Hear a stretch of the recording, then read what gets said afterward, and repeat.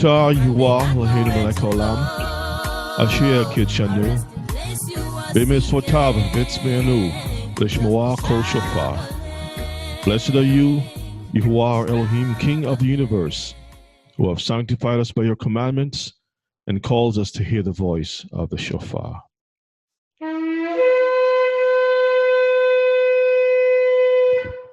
Again.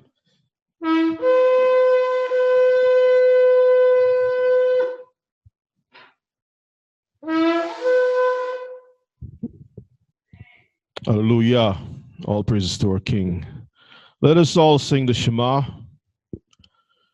Shema Yisrael, Yahweh Eloheinu, Yahweh Echad, Baruch Shem Kavod, Malkato, Leolam Vaed. Amen. Hear Israel, Yahuwah our Elohim is one. Blessed be the name of Yahuwah, whose glorious kingdom is forever. Hallelujah. Sirach 18:23 reminds us, and it says, before thou prayest, prepare thyself, and be not as one that tempteth Yahuwah. We'll ask Elder to render today's tefillah as we all face towards Jerusalem, the city of our King. Hallelujah.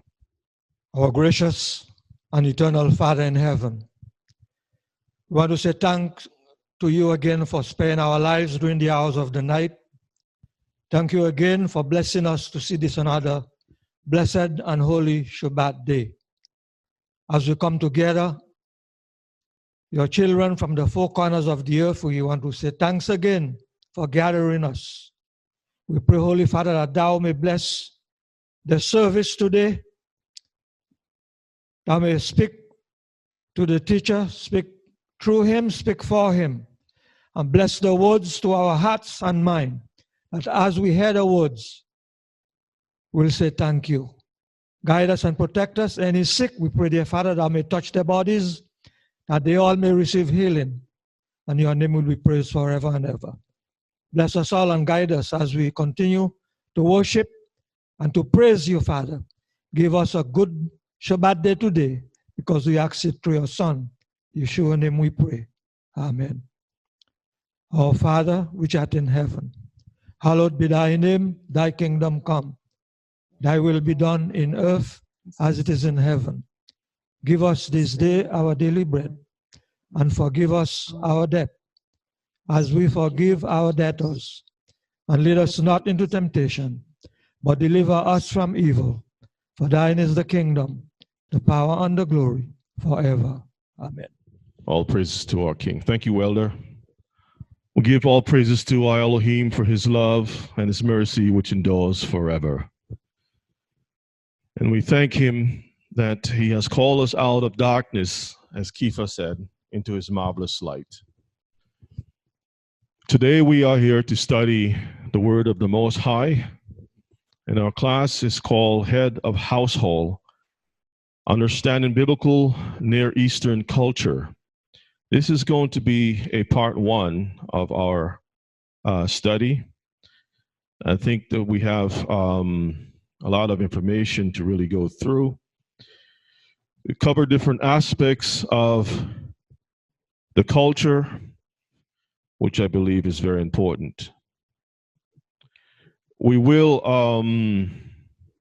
continue to go back into our Torah studies, which is the fabric of the Torah itself, the branches of the Torah, where we're able to see everything, how it's all connected.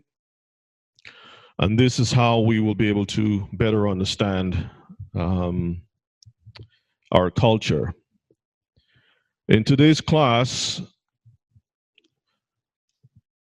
I wanted to utilize a particular book, which I will show you all in a moment, so that we can have some clarity with regards to how things were done in ancient times. This particular subject, again, is one that I believe has been lost. The way, the culture, the way that we used to do things have been, for the most part, lost. We are living in a time where we can see culture has been eroded and destroyed. Most recently in the news, I saw an African country that has now opened the doors for Sodom lifestyle. And this is by design. It's part of the chess game that the international wicked ones are doing. They know that Africa is a stronghold, and also, for the most part, even the Middle East is a very difficult place to crack. They know Africa has a multitude of resources, and there's an agenda to do what we call a genocide. They've been trying to wipe out the people through wars and famines and all types of different means of warfare, biological, physical, you name it, economic. Now they're trying to subdue the people through a different type of slavery, which is economic, by giving them loans and pulling the plug on the help so that they will fall into debt and default into becoming slaves or servants. They know that there are many countries in Africa, because Africa is not all one people. They're all different tribes and families and kindreds and you name it, different languages, bloodlines, you name it, in Africa. But for the most part, because the people have a very strong culture as far as the way families are structured and so forth, the Western civilization, international wickedness, have been trying to find a way in there. And once they find one country who will give in to this wicked ideology, now they can start to work their way into the rest of Africa and to destroy it. Everything that they have been doing have been destructive to civilization on a whole. But our Heavenly Father knows that the writing is already on the wall. The days are numbered for these nations. He has to allow certain things to happen. There is a season, there's a time, and then he's going to destroy these nations or subdue these nations under his fifth kingdom. This is the kingdom which is stone cut without hands. And so we're waiting for that time that our Elohim will return and bring justice on this earth. This particular subject, again, is one that I find very difficult for many to apprehend or to even swallow. When I go into filing taxes, there's a category that is still there. It's called head of household. And we can see that even the tax code is keeping a relic of past time. They're still keeping a term that is, I guess it's just a name only. It's not something that is quite has the force as it did before. Our civilization is based on law. It's structured on law. But the laws that built civilization, is it still in place today? When we look at the term head of household, who does it really apply to? What is the strength behind it? What is the force? Well, let's get into our subject. Let's see if we can gain some understanding. Normally, we would always use the scriptures to teach, and we will be using scriptures in the Bible to teach. But when we talk about scriptures alone, we always get pushback. People get offended, people get upset, they don't like it so much, and so forth. And I'm not putting out this class to satisfy anyone, and I'm not putting out this class that you will accept it or reject it. It doesn't matter. The word of the Most High is not going to return void. I have to put out the classes to show how far we have fallen and to show what has happened in time past. On the screen, you can see a picture of a chair. The chair was a symbol of authority. Who sits in that chair is the one who basically rules over the house. The house itself is a small microcosm or a small picture of a much greater society. Households join one with another, forms societies, and societies build nations. And therefore, with nations, when you have multitude of nations, you need to have governors, rulers, monarchies, kings, and such like and such like. And the same power that exists on the throne can find its way all the way back down to the household. It can find its way back to the household. So we are doing part one of this topic, and we will go as far as we can with it today. And we'll continue on until we have exhausted it, get as much as we can out of it. So let's begin. The ancient Near East and legal history. The ancient Near East is thus home to the world's oldest known law, predating by far the earliest legal records of other ancient civilizations such as India or China. So the Near East predates all other ancient civilizations. Our laws that we use here in America and throughout Europe and such like, the structure of it is based on ancient Near Eastern legal systems. Okay? The ancient Near East also has the distinction of being the cradle of two great modern Western legal systems, the common law and the civil law, and in consequence of modern law in general. Its influence has left few visible traces apart from the Hebrew Bible, the one relic that survived the collapse of its constituent civilization and whose hold on the minds of Western lawmakers continues to this day. Basically, the Bible, or what we call the scriptures, is the only remnant of the true ways of ancient Near East law and culture. On the screen again, you can see a man with a beard, and he's sitting on a chair. He has two objects in his hand. He has a staff.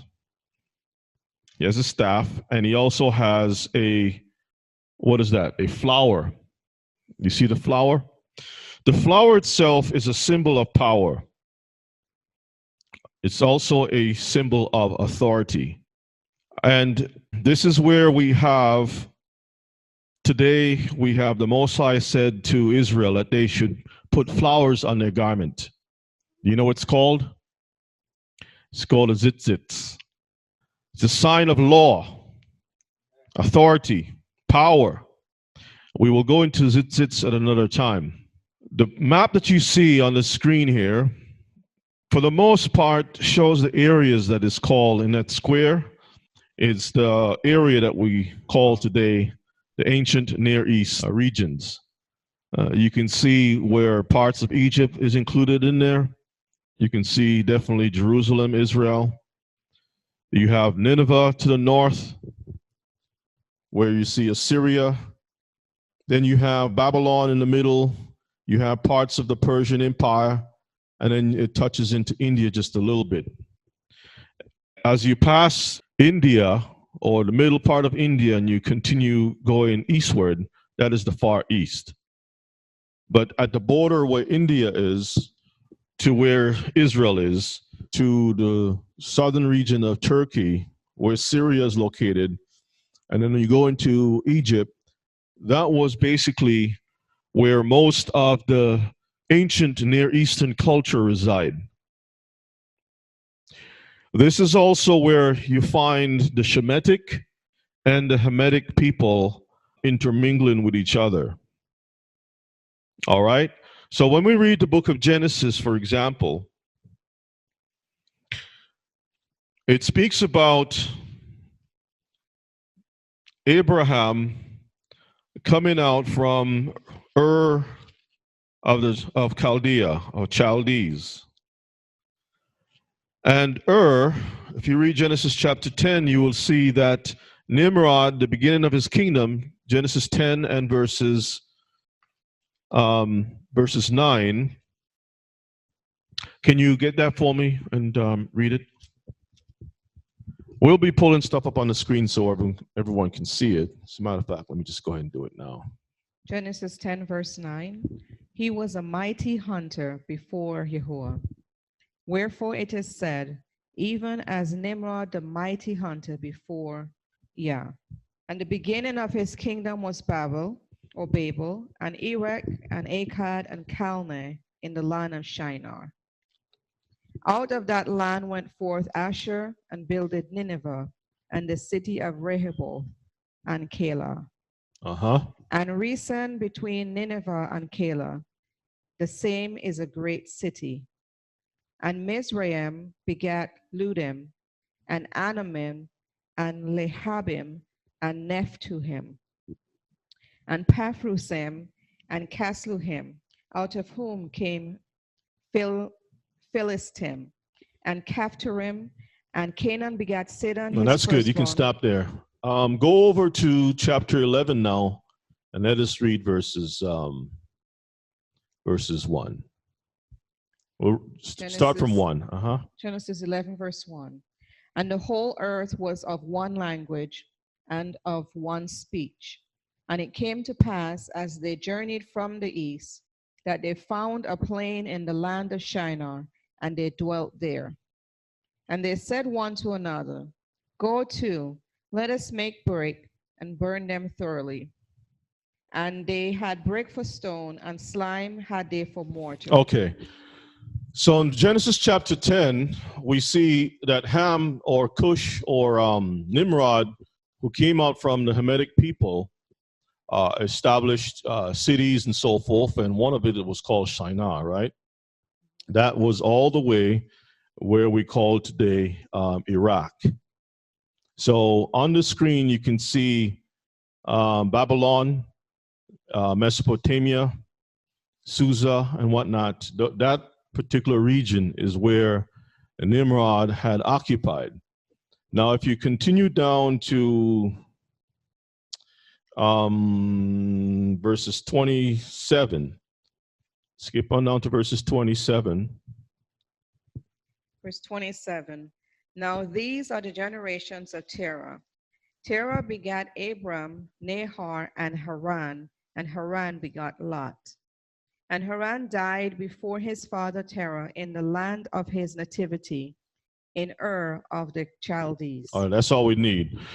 So Ur, again, is where Abraham came out from. He was born amongst the same people that the world called today the black race, or the people of Ham. Now remember that Abraham was Shemitic. So in ancient Near East, the peoples who populated that region that we see on the screen here were basically Shemitic and Hamitic people. The Japhetic people were in Europe and other places of the world, okay? But for the most part, what we're studying is a culture that the Hamitic people and the Shemitic people were familiar with, okay? All right, so let's move along. The study that we are looking at, we will see that is basically a patriarchal system. And what does patriarchal mean? Anyone knows? Patriarchal. What does it mean? Patriarch. Fathers. It's based on what? Ancient fathers. The fathers, headed by the fathers. That's correct. It's the fathers that is the one who runs the system. He's the one who's the head. The males are the ones who are the heads. So today in our world, do we find this to be true in Western society? Is it based on the system headed by the males? It's actually a mixture. You can find some of that in existence, and we can find that it's a mixture of everything, because you have people who come from the ancient civilizations, those areas, Arabia, some parts of Africa, the same places that we just shown on the screen. There are many people who leave from those places and come to America, come to Europe, come to the West, and are still practicing, for the most part, these systems. However, as time progresses, they find themselves battling against Western civilization. And their children are raised with a new mindset, for the most part, that erodes the foundation that their parents had before. And we are seeing the results of a system that is completely contrary to what was set up before in past time. In our Western civilization, there is a huge problem with the system headed by fathers or males. There's a lot of pushback. People do not like it. They are upset. It's very highly offensive to a lot of people. And they say, we don't need, that system is done away with. We don't need to live in that system any longer. But the question is, let me ask this question. What is the major religion here in the West? Pretty much the world, but the West. Catholicism. It's the Catholic system, right? Mm-hmm. All right. Has there been any, I've heard certain things in history, but have there been any females ruling as popes at all? No.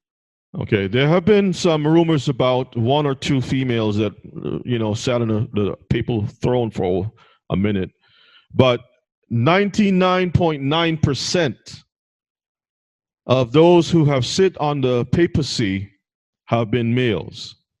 Is that correct? Okay. Also, we find in European money system, in almost all cases, it is headed by old systems of a patriarchal system. If you go and look into a lot of the research about some of the Rothschilds and some of the other people who have ruled, who controls the money, passing the money down, it's mainly done through the ancient systems of the patriarchs and so forth. Watch some of these movies, and you're going to see how the money flows. All right? Okay. Let's move on. Lost Near Eastern practice. Are we the children of Abraham? When I was a child, there used to be a song that was sung, or a little chorus. Father Abraham has many Sons. Many what? Sons. Many daughters? No, sons. Did you ever hear it said many daughters? No. Father Abraham has many sons. Many sons have Father Abraham. and we're one of them. So am I, and so forth. The song is normally sung, but the understanding is far from the song itself. There are many who agree that we are Hebrews and we all came from the seed of Abraham. But when it comes to the ways and the practices that Abraham lived, you're going to find that no one wants to go back to that any longer. If Abraham had to come back from the dead today, the Most High says, I'm going to resurrect Abraham just so you can see what's happening. He might get a heart attack. Take me back quickly. Abraham would probably look like a bum. You ever seen those people trying to catch a train and they're lost? They're like, I'm kind of lost. Can you help me? I don't know what train to catch. I need to go here, and or so forth. Like a person that really is just like lost. He'll do somewhat, Elder? I don't know about that. I think Abraham would have been lost. I really believe so. Let's read the book of Genesis 18, 18 to 19. Let's see what the Bible says. Genesis 18, verse 18 to 19. Seeing that Abraham shall surely become a great and mighty nation. It says Abraham, not Jacob, not Isaac. It says Abraham shall surely become a great and mighty nation. Read.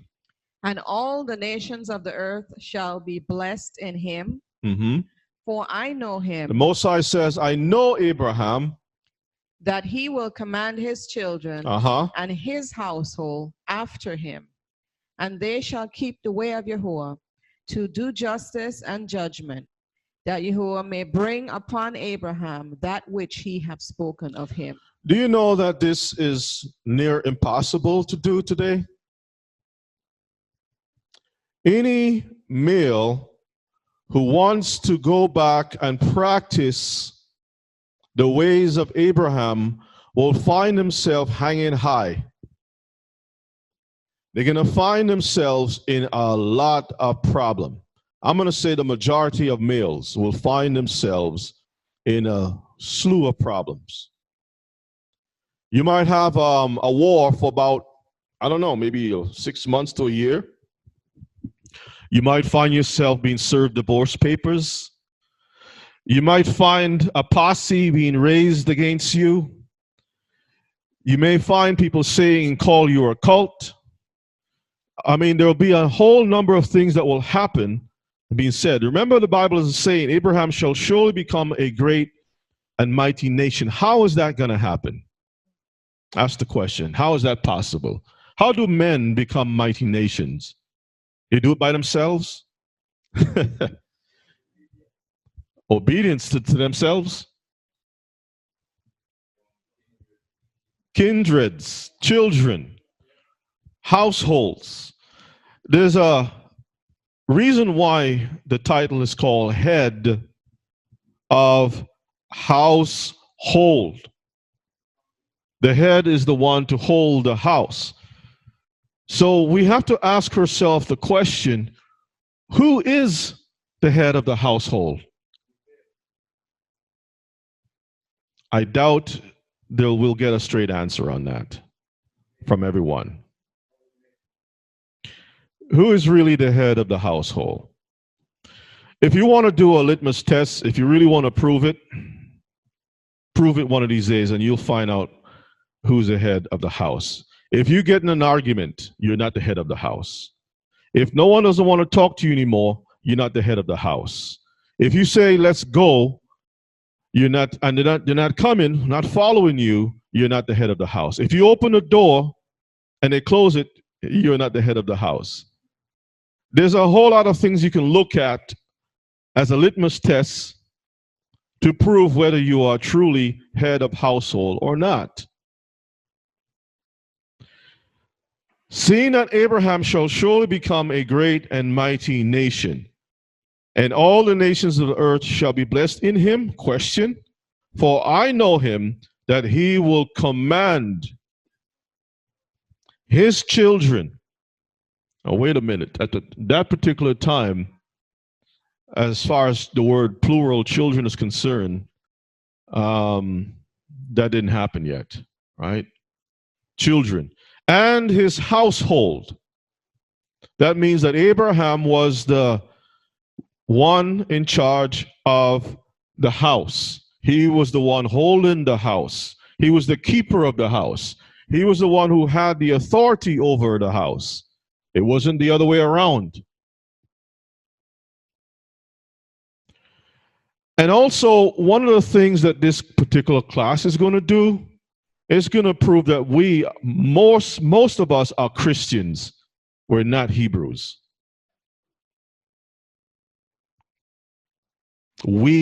Most of us are Christians, not Hebrews. And you must look in the mirror and admit that, because the culture of the Hebrews will expose your mindset, your thinking, your ideology, your heart. It will reveal a lot of stuff.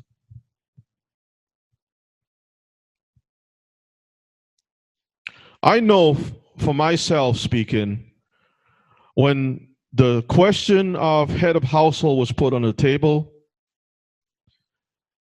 my own house got rocked, got shook up.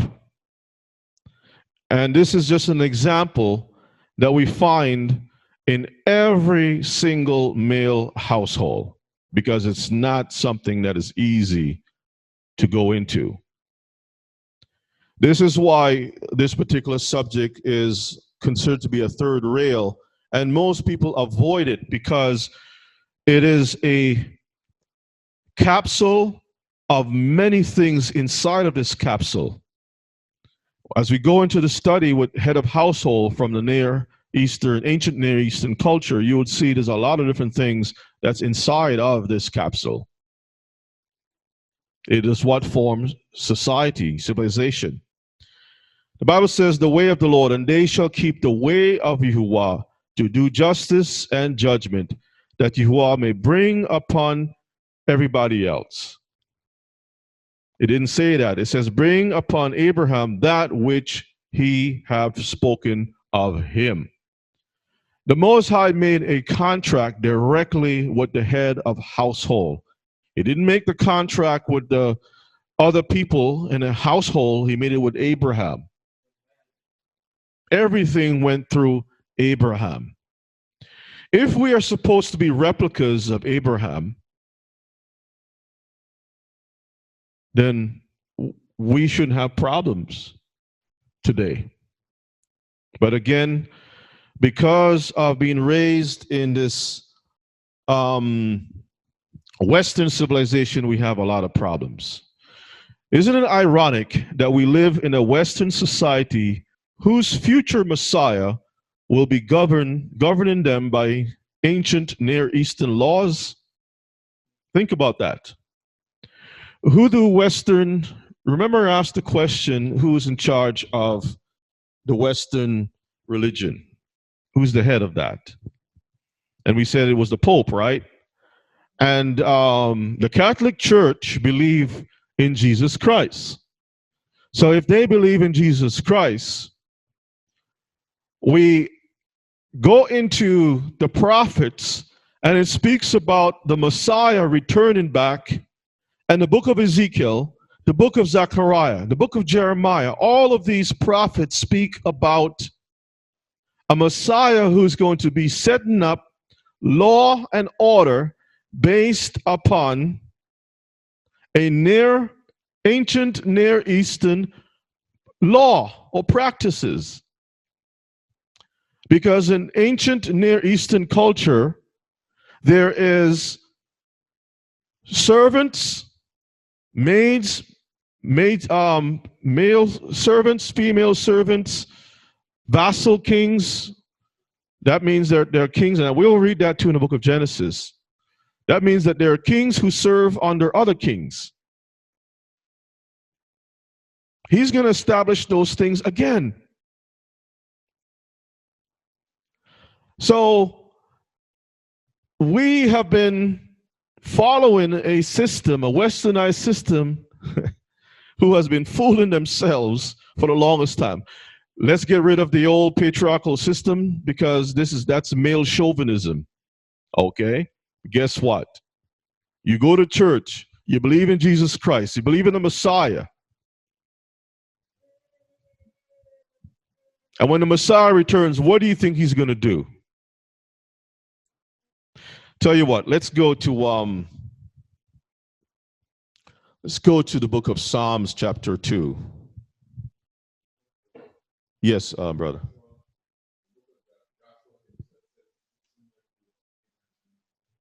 As for me and my house, we will serve the Most High. That's correct. The book of Psalms, let's read Psalms chapter 2. I have been hearing a lot about unity among Israel. It's been echoed throughout the communities on YouTube and everywhere. And it's always talking about let's come together and form communities. Let's homeschool our children because things are getting rough. Brothers and sisters, it is getting rough and it's going to get worse. But if we bring Western thought and Western government into a Hebraic system, we're going to have problems. We're always going to have problems. It will never, never work. Now, I agree that the only way things will work is if it's done in righteousness. And that has been utilized, that whole concept of righteousness has been used as a wall, a huge wall to say we cannot move ahead because there are no righteous men. Let me say to those women who say, I will not follow because there are no righteous men, I would strongly suggest that you just give up your marriage altogether. Why are you even in a marriage if you consider your husband unrighteous? Just give it up, because if you have gone into a mindset of Western ideology that you can do and operate through Roman thinking, then you might as well just go over on one side rather than be in between. Because if you're in between something that is going in two different directions, you're going to be torn in pieces. You have to decide. Either you choose one or choose the other. Either your husband is of righteousness or he's not. And then you have to look at yourself in the mirror and says, well, am I also a woman of righteousness? Okay, and will I teach my children righteousness? That's the other thing that we have to look at. Let's read Psalms 2, and this is a prophecy about the Messiah. It shows and explains that there will be kings under the Messiah that will be uncomfortable with the idea of being ruled. Okay, let's read Psalms 2, verses 1. Psalm 2, verse 1. Why do the heathen rage and the people imagine a vain thing? We can apply that to households today. Why do households rage? Not the head of household, but the household. Read. The kings of the earth set themselves, and the rulers take counsel together against Yah. That's the head. Now, when we go to the writings of Paul, Corinthians, he speaks about the heads. There's the father, then there's the son, and then there's the male husband, and then there's the wife, and then the children, and such like, right? That's the order that he said. But again, the wall or the get out of jail certificate that says my husband is not righteous is utilized so that it can swerve around falling under the authority of a male head. So we find that these kings have a problem with the rulership of the head of heads, which is the Most High. Read. And against his anointed, Against the Heavenly Father and against the Messiah. Read. saying, Let us break their bands asunder and cast away their cords from us. He that sitteth in the heavens shall laugh. Yah shall have them in derision. Then shall he speak unto them in wrath, and vex them in his sore displeasure. Yet have I set my kings upon my holy hill of Zion. I will declare the decree. Yah have said unto me, Thou art my son. This day have I begotten thee. Ask of me, and I shall give thee the heathen for thine inheritance. Notice it says given something for an inheritance, a possession. Read. And the uttermost parts of the earth for thy possession. For possession. Read. Thou shalt break them with a rod of iron. Thou shalt dash them in pieces like a potter's vessel. You know, the reason why this is written this way, because sometimes talk doesn't get you anywhere. There comes a point in time when it gets tiresome that you have to keep repeating your position. You know, the Most High wanted to be in such a way that it is a natural flow of things that people, the left arm knows that it needs to operate a certain way. The right arm should know it should operate this way. The eyes, the mouth, everything is, the body is doing what it was designed specifically to do. But we find when it comes to the microcosm of society, which we call the household, it doesn't work like that.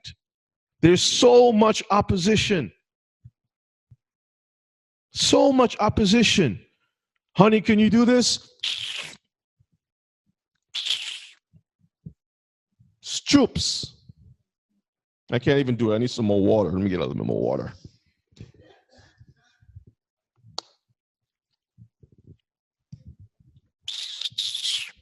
Gotta work on that. See, I can't do it because it's not customary for me to do it. We get a lot of that. Everybody wants to be the head. Everybody wants to be the head who holds the house together. When the Most High made the males with the loins that have the whole house in it to populate the whole earth, but that is not good. That is not good at all. Elder.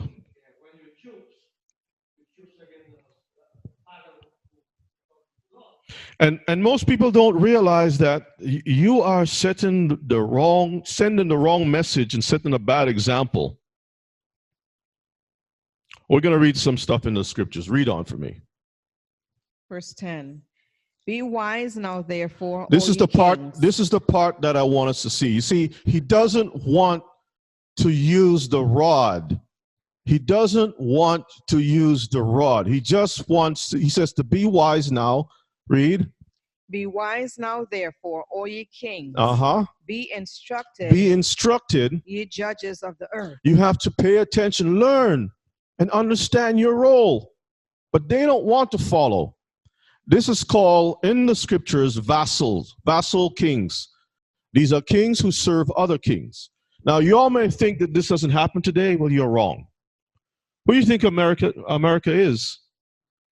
The big jefe. El jefe. Jefe grande. The big boy. And if a country doesn't agree, troops will be at the border. We all live in a system that works and we see it, but when it comes to the scriptures, we hate it. It's uncomfortable. Read on. Serve Yah with fear and rejoice with trembling. How can you rejoice? He says, rejoice with trembling. That is a level of respect where you understand that your life and death is at the door, at your door. And we're going to look at some things of the ancient customs. Read on. Verse 12.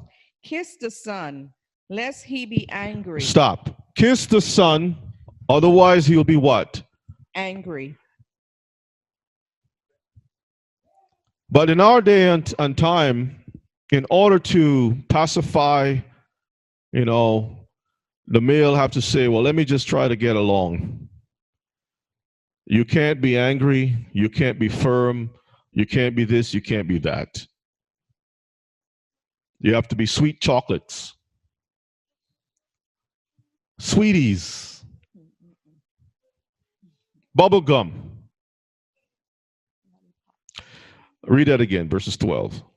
Kiss the Son, lest he be angry, and ye perish from the way, when his wrath is kindled but a little. Blessed are all they that put their trust in him. So it's saying that there are going to be some people that will be blessed because they trust. They trust. So again, we find that it's very ironic how people are preparing for the Messiah to come. And when he shows up, they're going to find out that according to the prophets, they have to follow a ancient Near Eastern culture of laws. If this be the case, shouldn't we be focusing on understanding those things? In other words, if we are expecting a Messiah that will lay down ancient practices, don't you think we should be spending time to learn these things? How the house operated? I have made a comment before that everybody wants to be Queen Esther, but in reality they are Vashti. Everybody wants to be Sarah, but in reality they are Hagar. There's a lot of that going around in our time. Everybody has the names of Esther, Sarah, this, that, all these prominent names. But in reality, they are more rebellious, like the Vashtis and the Hagars and so forth in the scriptures. It's really sad. And the only excuse is that no man can be my head. I don't want no man over me. No man. I really don't understand. Nevertheless, again, I'm not trying to force anything on anyone. I'm going to just teach the class as it is. And those who agree will agree. Those who disagree will disagree. And we'll just keep it moving. Because the Most High's word is a two-edged sword. When you bring the scriptures, it's a problem. So we're going to bring history and show you some stuff. Okay? We'll take a look at history. So let's continue on. This book that we see here on the screen, we'll be using a lot of the reference material from this book. There are other books that I can utilize, but this particular book, you can find it on Amazon for $450.16. If you'd like to get a copy, you got to get about $500. I think it's for just one volume. A History of Ancient Near Eastern Law, Volumes 1 and 2. Editor is Raymond Westbrook. The first comprehensive survey of the world's oldest legal systems. This collaborative work of 22 scholars. 22 scholars. How many letters are in the alphabet? It's 22. Covers over 3,000 years of legal history of the ancient Near East. So we're going to be looking at just the introduction parts of it, and we'll do some comparisons with scripture. We'll try our best to bring as much as we can. But again, there's so much material to cover. I don't believe we'll have much time to cover everything today, so we'll do like a part 2 and whatever. We'll just do as much as we can and just keep it moving.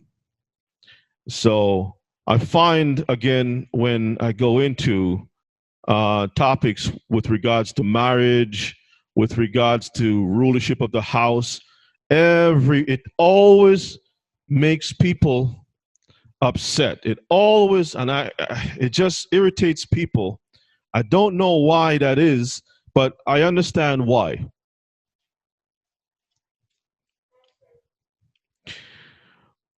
Before we continue, I want to read passages in Jeremiah chapter 31. Jeremiah chapter 31 and verses 22 has a prophecy. Read from 21 into 22.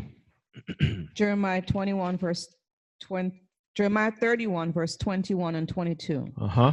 Set thee up waymarks. Set up waymarks. What does that mean? What are waymarks?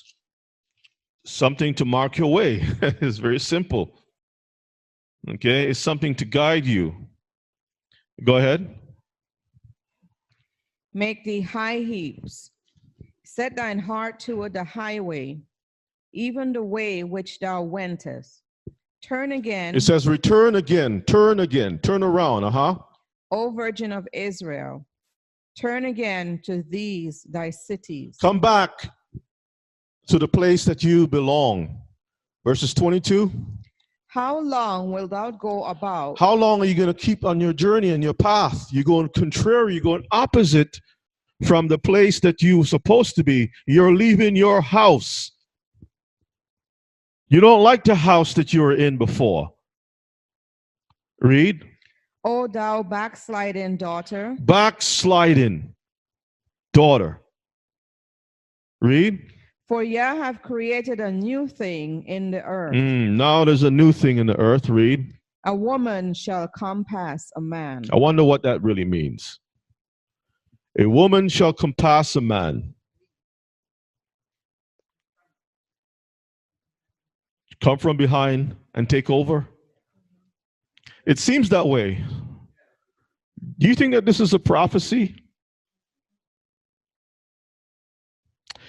Absolutely, Mishpachah.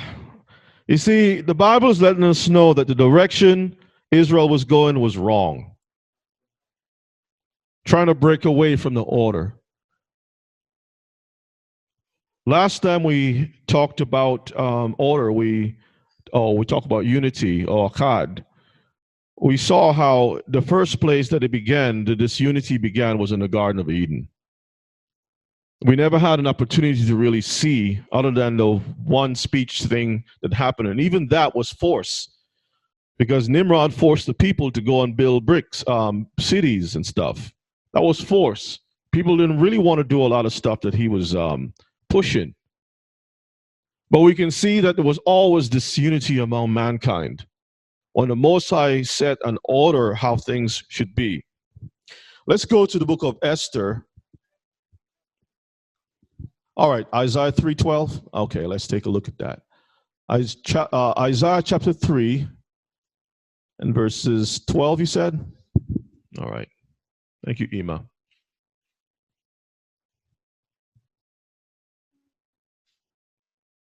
Three and verses 12.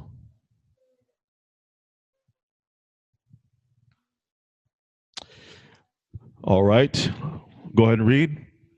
Isaiah 3 verse 12.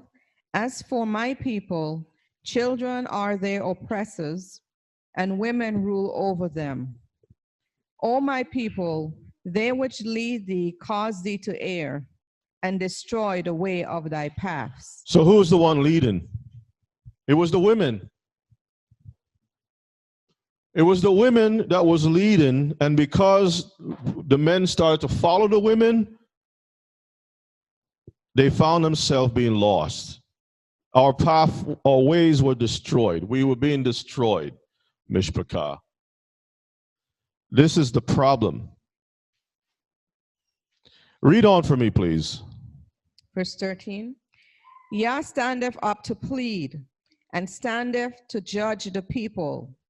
Yah will enter into judgment with the ancients of his people. Now let's stop there. If you notice, he says he's going to enter into judgment with who? The older ones. Because why? They're the ones who know better. They're the ones who have forfeited their position. You know, once you let something go, it's very hard to get it back. It's very difficult to get it back. You let someone take your crown and they start to experience what it's like to be on top, they're going to have all that, that taste of power and control or whatever it is, and that will be it for you. This is why Sirach says, don't train someone to have power over you. Otherwise, they'll come into your house and kick you out. It says so in Sirach. Keep back certain information. Sirach has a whole lot of chapters about family, children, and wives, marriage, and servants, and friends. Because all these things make up household. The household is not just a wife. It's children and people who work in the house, servants and friends and so forth. But mainly those that are under the jurisdiction of the head. Okay. All right. Let's go, I says, to the book of Esther, correct? All right. So let's go to Esther. And let's go to, let's see what happened. We're going to go to verses 10. Esther chapter 1. Esther 1. Well, let's start at verses, let's start at verses 8.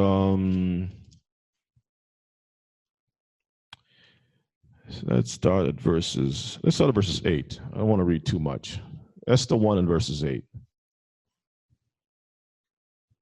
Esther chapter 1, verse 8. And the drinking was according to the law, none did compel. For so the king had appointed to all the officers of his house that they should do according to every man's pleasure. So the king had officers of his house. He was a head over many subjects. And we will see, according to Near Eastern culture, that a king or head of household is like a king. He's king of his house.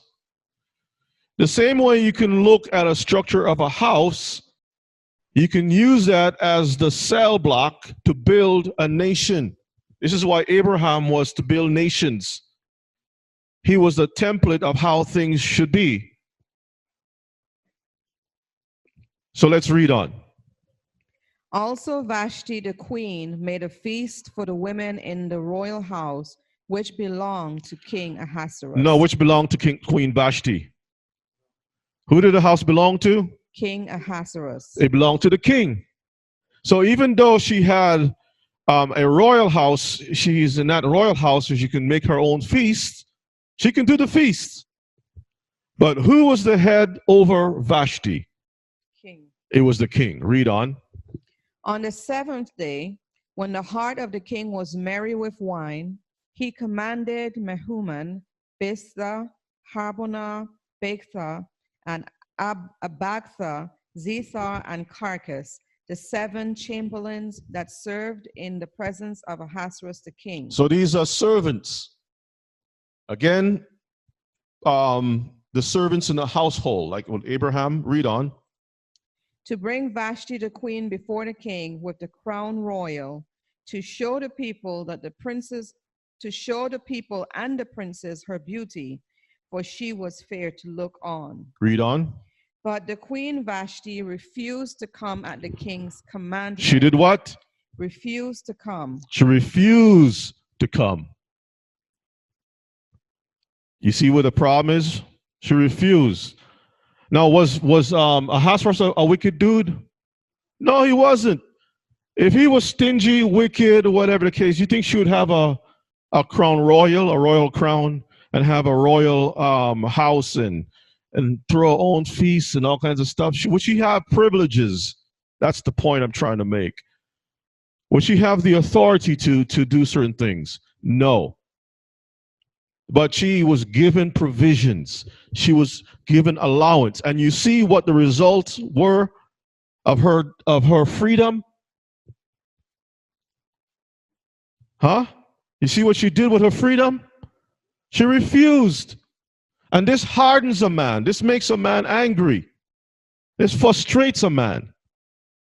And a lot of our sisters don't see these things. They think it's okay. And what they do in our modern society, they use this Roman system as a tool to beat down on the so-called head of household, because he's not really a head of household if you don't see him as such. If your heart is telling you otherwise, he is not your head of household. He's only a figure. That's all he is. A symbol of what used to be, but he's not. If you speak down on him, if you're talking to other women bad about him, he is not your head. If you tell your mother negative things about him, he is not your head. He is not. Let's read on. Let's see if the king was happy about it. But the queen Vashti refused to come at the king's commandment by his chamberlains. Therefore was the king very wroth. He was happy. Very wroth. I will talk to you later about this, honey. Very wroth. And his anger burned in him. The guy was embarrassed. Can you imagine you have a wife and you says, I'd like you to do such and such. And in front of everybody, she decides, I'm not doing it. You know how embarrassing that is? Especially when you are in a position of authority.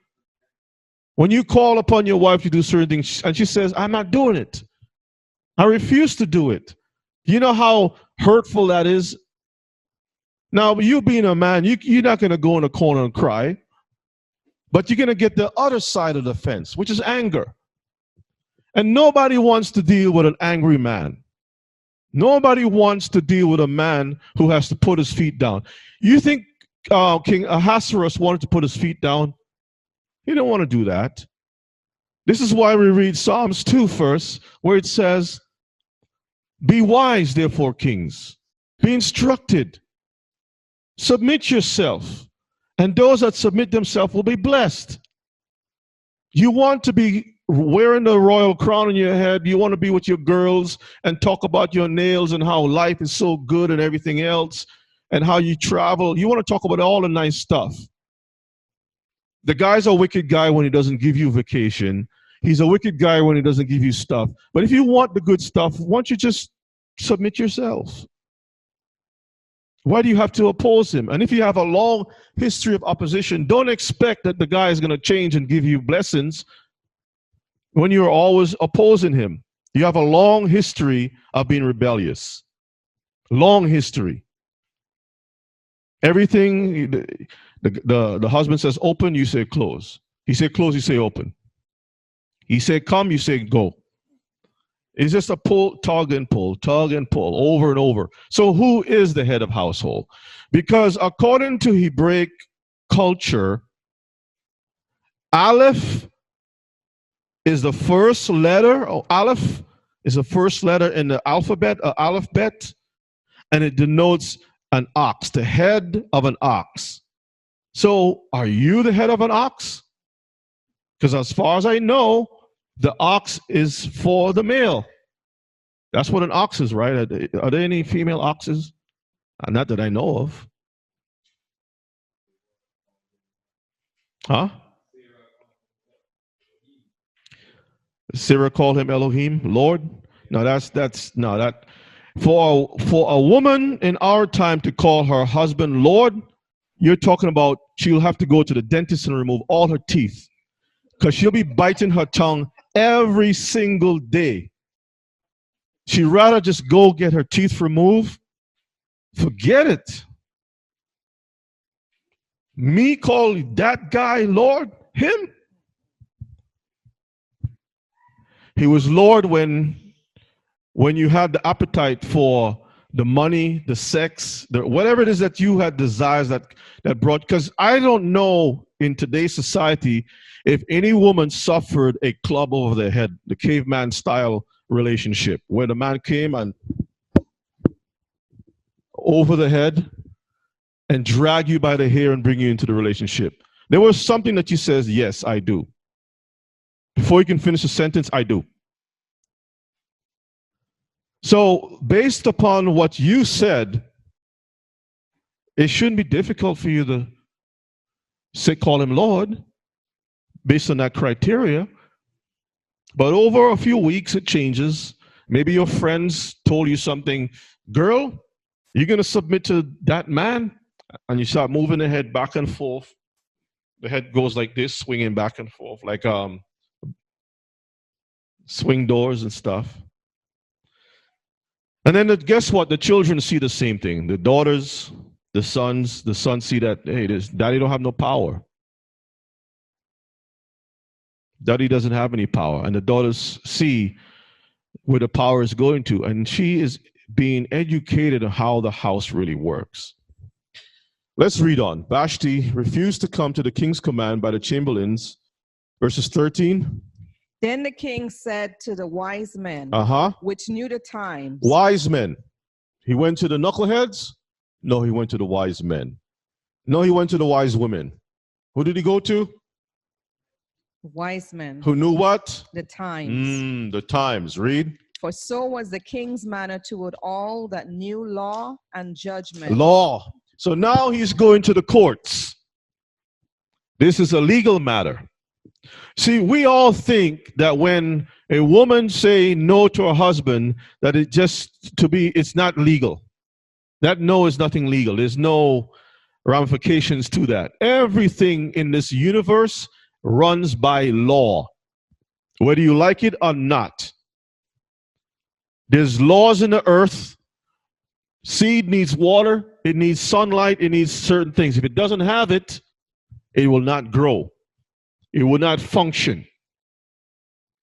Everything operates by law. Now, in time past, you have seen me do classes that has encouraged our sisters to hold their head up high. And I still encourage that, our sisters to hold their heads up high, but not to disrespect their husbands. You give honor where honor is due. If you have a good sister who's doing what is right, a good wife doing what is right, she should be applauded. But when you have rebellion, you can't expect to be told sweet things and receive awards for rebellion. That doesn't work at the workplace, your job site. It shouldn't work in the house either. Verses 14. And the next unto him was Kirshina, Shethar, Admarthar, Tarshish, Meres, and Mersina, and Memucan, the 7 princes of Persia and Media, which saw the king's face, and which saw the first in the kingdom. They're the ones who saw that the king was really disappointed. He was displeased. And they knew that when the king spoke in front of everyone, the word is already going out from the king's mouth. People are going to be waiting to see the reaction. What is going to become of this thing? As a rabbi, as a teacher, as an instructor of the way of the Most High, I have a lot of challenges. And then many times I'm between a rock and a hard place. And if I put my foot down on certain things, I'm called a bad person. And therefore, by default, when you make corrections, you're not supposed to teach because this is not right. This is not in order. You know, you start getting all these different things. Let's see how the king dealt with this situation. Read. Verses 15. What shall we do unto the queen Vashti according to the law? Because she have not performed the commandments of the king Ahasuerus by the chamberlains. And Memucan answered before the king and the princes, Vashti the queen have not done wrong to the king only. Oh, she didn't only disrespect the king as the head, the monarchy over the whole ancient Near East, because that's who the king ruled over. Not only did she disrespect the king's authority, read, but also to all the princes and to all the people that are in all the provinces of the king Ahasuerus. This is the part of the Bible that a lot of people swerve around. They don't want to stop, slow down, and really read this thing properly. In our day, a man is made guilty for usurping authority. Why is that? Why are men made to feel guilty for being men?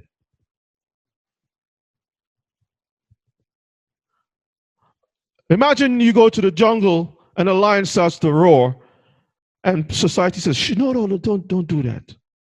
Don't roar. Meow. Say that instead. Roll over and let them rub your belly.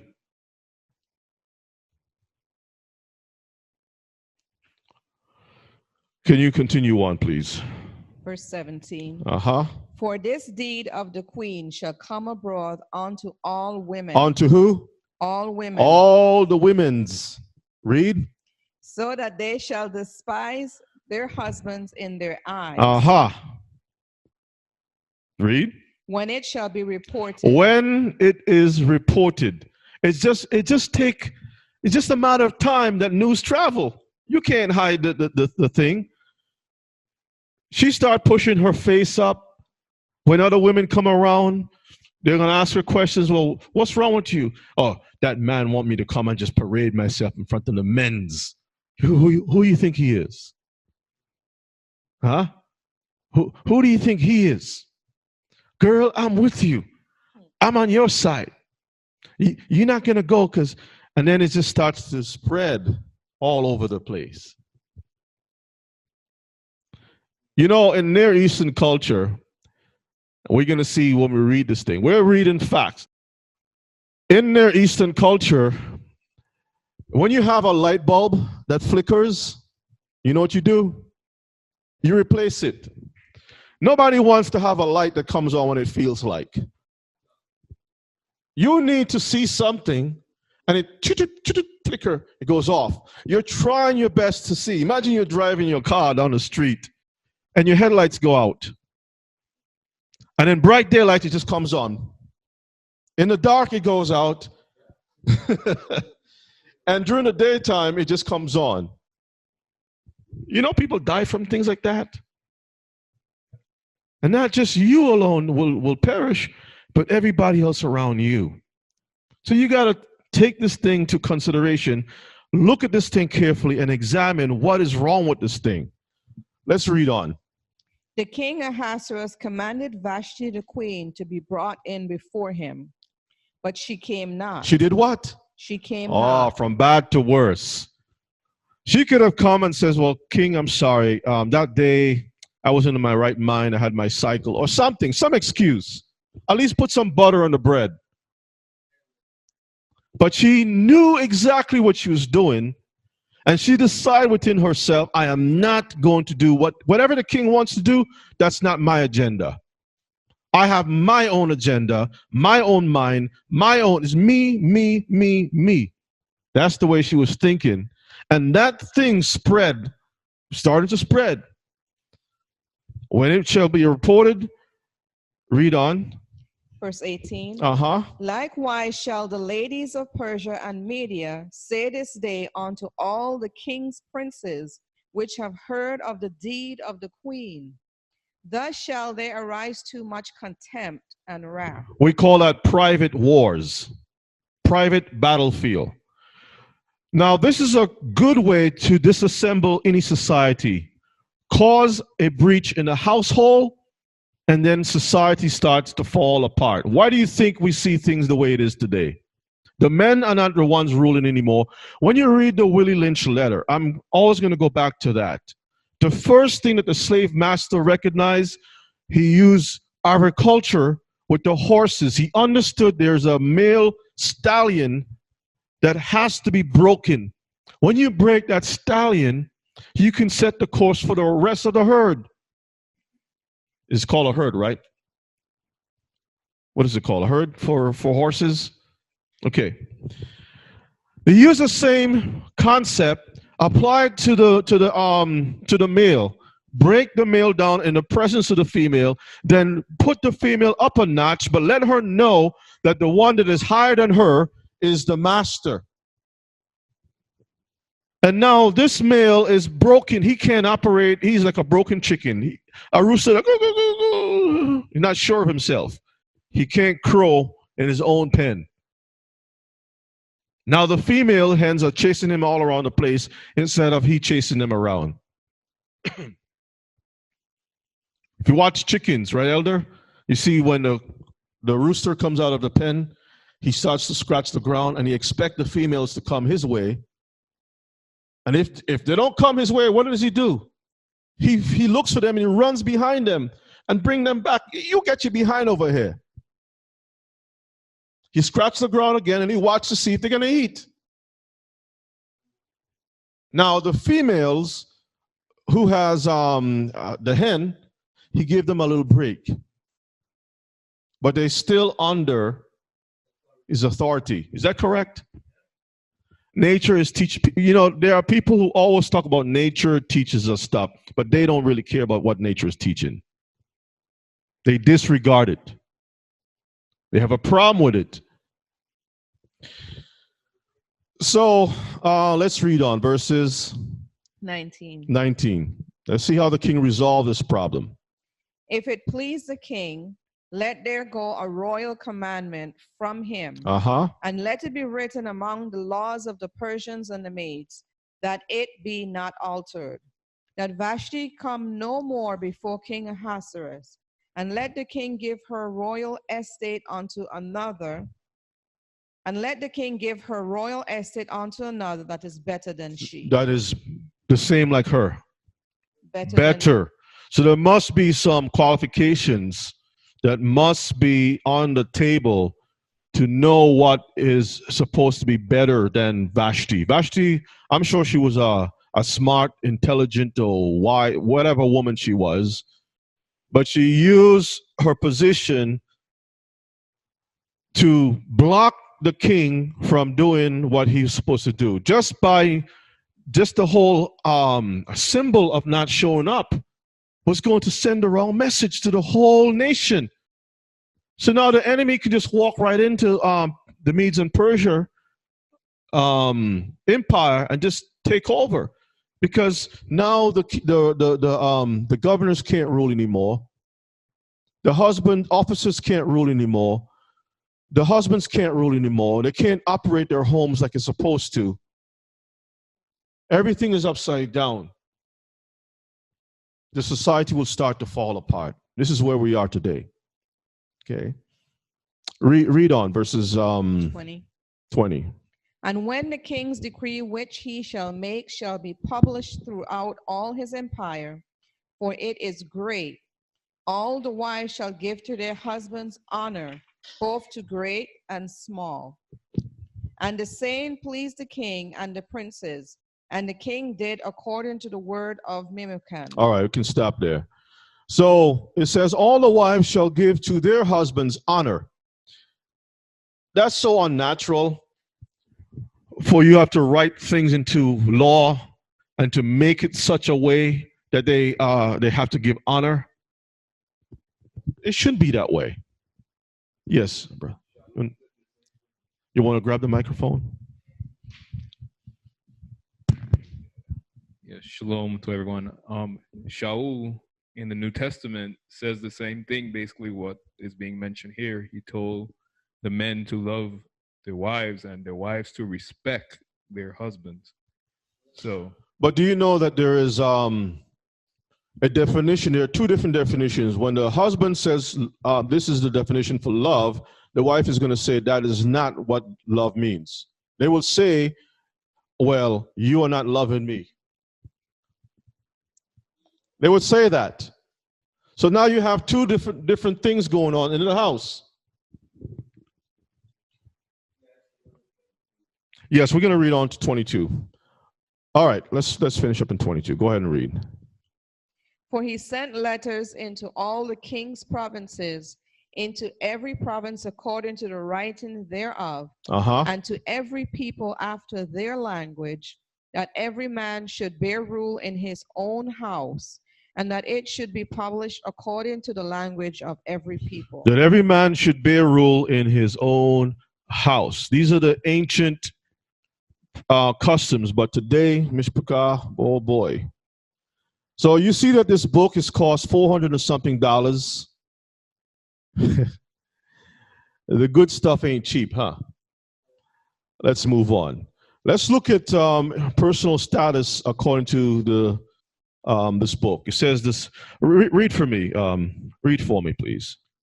The societies of the ancient Near East were strongly hierarchical in structure, with little social mobility. The place of an individual in the hierarchy determined his legal rights and duties, not only with respect to public and family law, but also in areas that modern law would regard as incongruous. Incongruous. Go ahead. Incongruous. Mm-hmm. Such as contract and criminal law. Let's see what it means. So for those who don't know, let's see. It means what? Not in harmony or keeping with the surroundings or other aspects of something. Okay. So there was an order. Remember again, Corinthians talk about the heads and covering and so forth and showing rank and order. Well, in the Near Eastern culture, there was order. Okay. Let's move on. Read. The basic unit of society was the household. The basic unit of society was the household. So if there's no king, there's no government, it all falls back to the head of the house. And if you want to build a government, if you want to build a society, it begins with the household. Okay, read.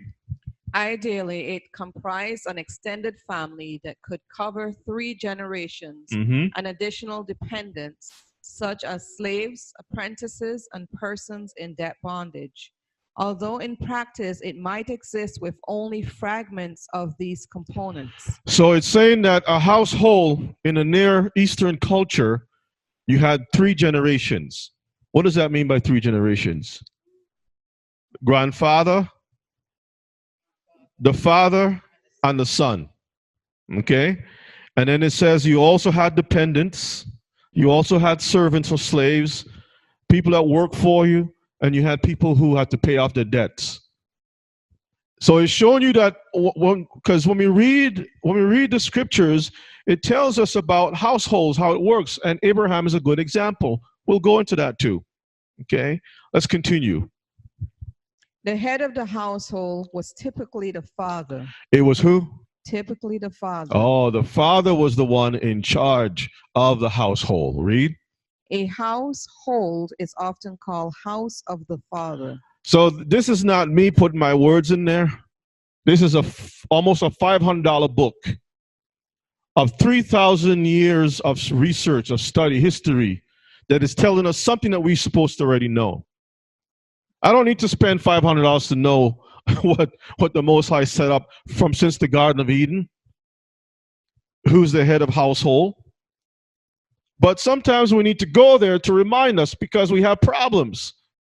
And the problems are starting to spread all over the place. And we're talking about nation building. We're talking about, we say so many wonderful words, but we don't mean anything. We really don't mean it. It doesn't have value. We work around it. We try to find excuses, and we always are ready to find fault. You think Ahasuerus was perfect? That Vashti would say, that guy ain't no good. I'm not going to follow him. The guy had advisors because you don't know everything. And even if you were a king that was deficient on certain areas, you have people to help orchestrate, to pull things together.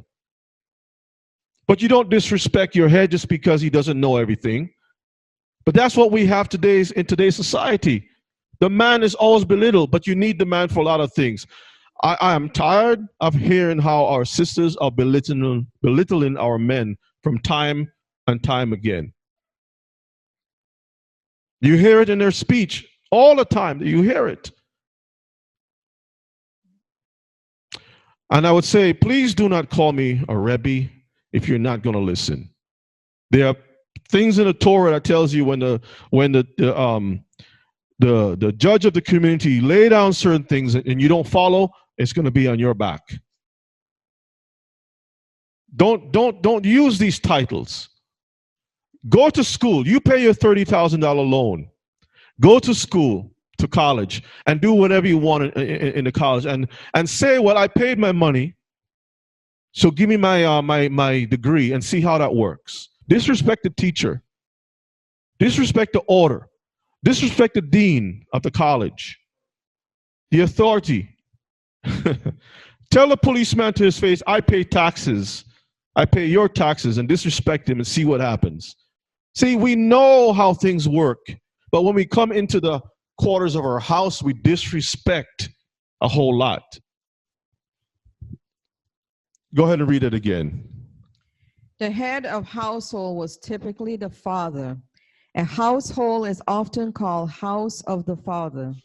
But again, there were many variations according to circumstances. All right, let's move ahead and let's look at some examples. This is from the book of Joshua, chapter 26, 28, 29. Extended family that could cover 3 generations. So instead of going through every single place in the Bible for examples, I'm going to use a few here and there, okay? Go ahead and read. Joshua chapter 26 from verse 28. Uh-huh. And Isaac answered his father and said unto him, that which my Lord have commanded, that will I do. Who was his father? Abraham. Isaac is saying to his father, whatever you say, I will do. Whatever the Most High commands you to do, I'm going to do it. Read. And I will not depart from the commands of Yahuwah my Elohim. Uh-huh. I will keep all that he commanded me.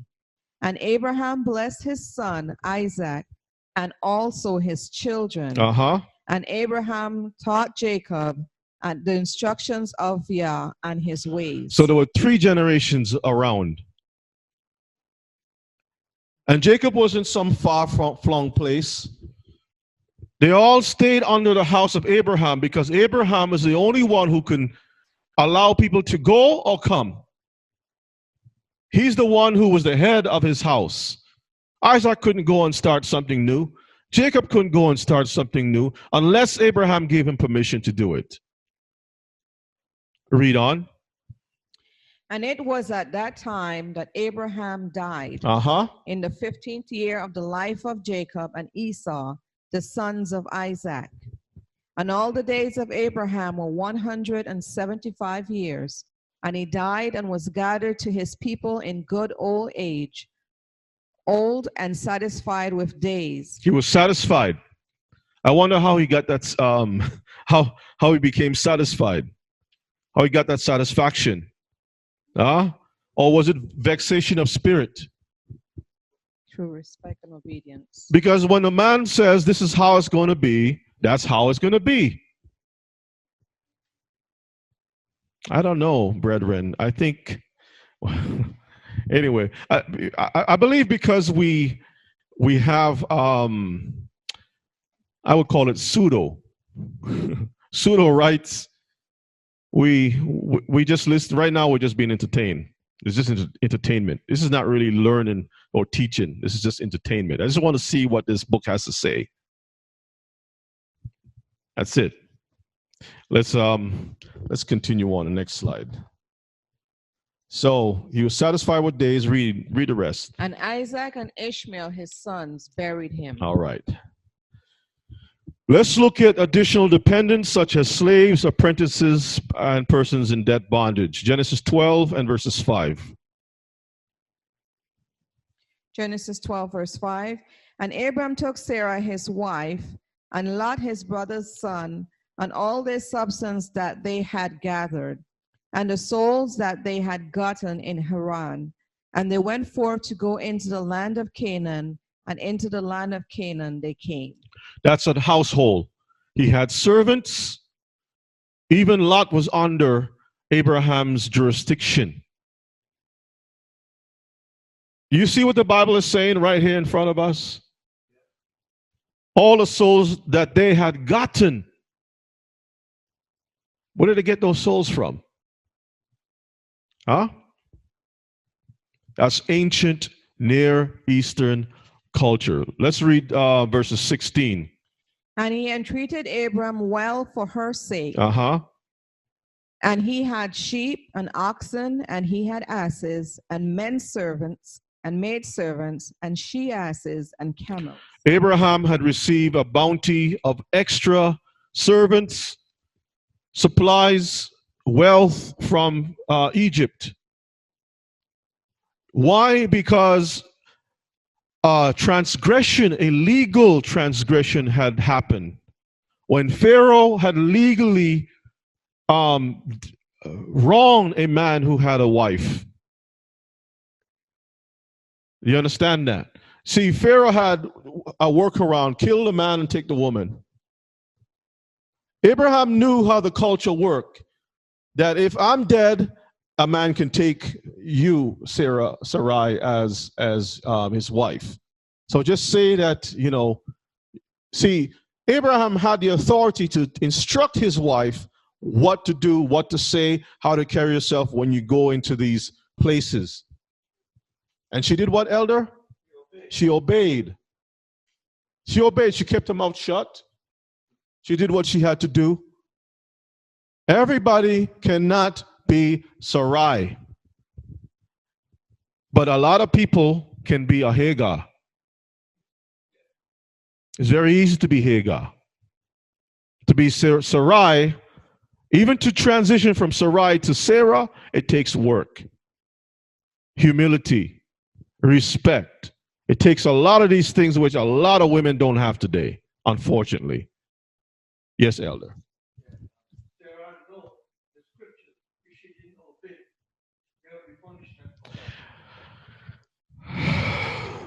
All praises to our King. Let's move on. Read for me, please. What the hierarchy within the household meant was that the head of household could to some extent use the subordinate members of household, even the free ones, as the objects of legal transactions. What does that mean?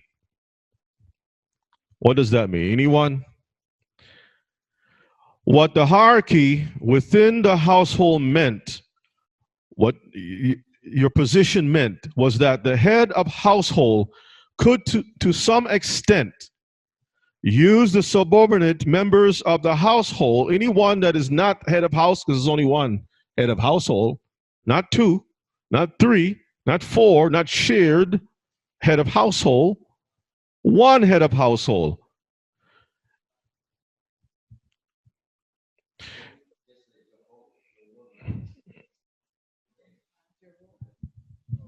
That's okay. Just tell me. Jeroboam? If a woman brings forth a two-headed child, you think she's going to be full of joy or she's going to be in sorrow? Sorrow. Just imagine a child comes out and it's a two-head stuck together. It's going to be a lot of sorrow. It's a huge challenge. They know that child is going to be a challenge all the days of their life. So how can you have a two-headed household? A two-headed household will not work. This is why you had the kingdom of Medes and Persia. When the Medes ruled, finished doing their stuff, the Persians, or they had the separate places. There was no two heads on one throne. It doesn't work. It's always going to have a problem. So it says here that they had power over the members of the household, and they can use them as objects of legal transactions. Let's read on. He could certainly enter into legal obligations on their behalf. By the same token, the subordinate members had limited legal capacity when acting on their own behalf, but could, as agents, create rights and duties in the head of household. So we saw how Vashti had that opportunity to do her little business to the side, but she couldn't disrespect the head of the house. Read on. They might also suffer the consequences of his criminal acts. So if the king messes up, the whole house will also suffer because of the head of the house. Is that correct? Read on. Through the doctrines of vicarious and collective liability. Let's prove that. Use subordinate members of the household, even the free ones, as objects of legal transactions. Let's look at an example. This is just one of many. Genesis chapter 17, verses 12 to 14. Genesis 17, 12 to 14 reads, "And he that is 8 days old shall be circumcised among you, every man child in your generations. He that is born in the house or bought with money of any stranger, which is not of thy seed." Which is not of your seed. So you may have someone saying, well, hey, I'm not your child. What do you need to circumcise me for? I don't need to do this. You can do this among your own people. Let's read on verses 13. "He that is born in thy house, and he that is bought with thy money, must needs be circumcised." Where are these words coming from? Who? Most High. Who's the Most High? Let's clarify that. The creator of what? All things. Sometimes you got to make it clear for people to really understand who is speaking here. Abraham had a house. He was in charge of his house. It didn't go to Sarah and say, Sarah, this is what to do. It went straight to Abraham, and then he ordered his house. He says, listen, everybody got to be circumcised. There was no female saying, hey, I want to be in this contract too. I'm going to be circumcised. There was none of that stuff. Oh, let me go and get let me go kill a goat, a ram goat, take the nuts and hold it, dry it and keep it as a token that symbolically I'm a power too. So I can show you, wiggle, wiggle, wiggle, wiggle, wiggle. I'm the power, wiggle it. I'm the power. That doesn't work, Mishpachah. You're not going to hear this in church. Because in church, you see who's really running the show. It's a show, okay?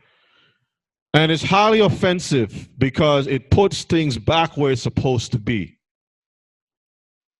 And when the Messiah returns, trust me, it's going to happen. Either we are rehearsing now, doing things correctly, and then he will fine-tune it, or he's going to bring the rod out. He's going to have to do it. Okay, and I know a lot of our people will say, I'll just wait until then. It's better for me to wait until then. Do you know there's a lot of people who think like that?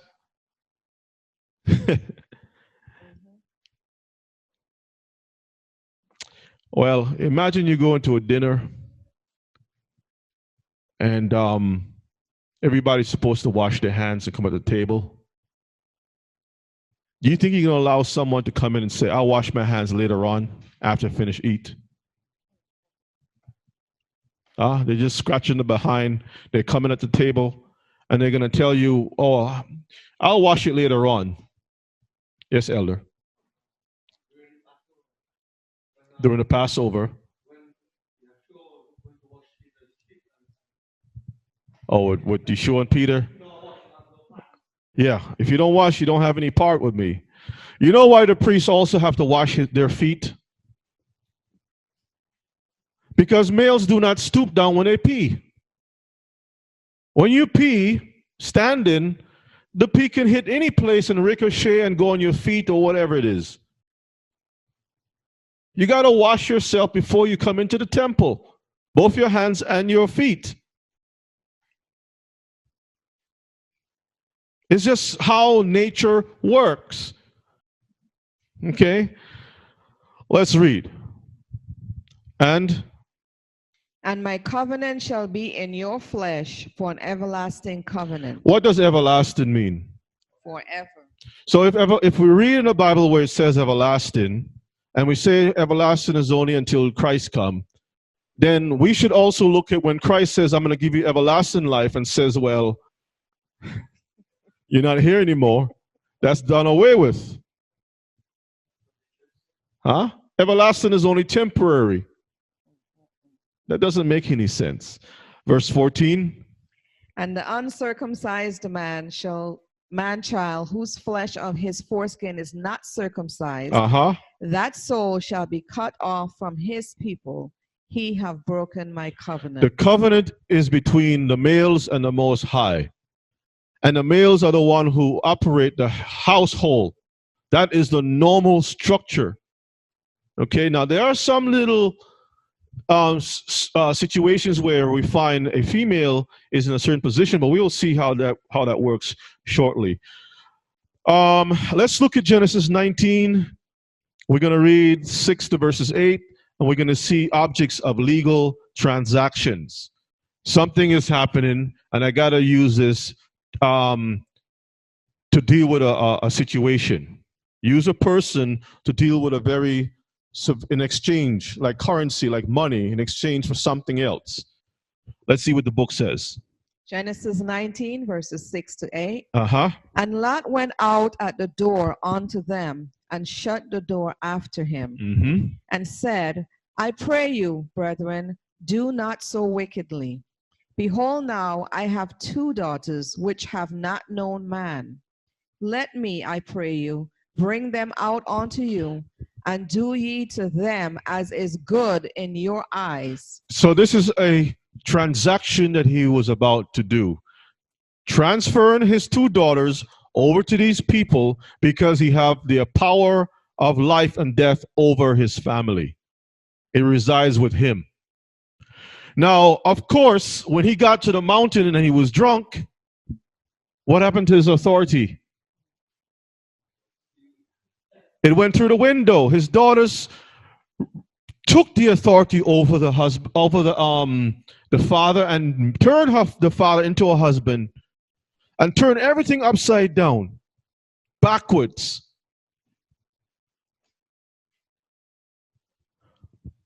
Let's read. Only unto these men do nothing. Why? For therefore they came under the shadow of my roof. So if they're under the shadow of, under his roof, guess what? He is the head over them. He's responsible for their well-being. He has to either put somebody has to be sacrificed to protect these men. That's the way of the ancient customs. And if I'll do whatever it takes to protect whoever's in my house, because I have the authority over my home. You don't have the right to come in. This is why they were trying to break the doors to come in. Now, a lot of this stuff here sounds like male chauvinism. We have problems with it. This is why we have a batty man culture today. A sodomite, a chichi man, whatever you want to call it. Lettuce, guacamole, bacon, what do you call it, Kifa? Tomato and cucumber culture. LGBTQ, whatever to call it, culture.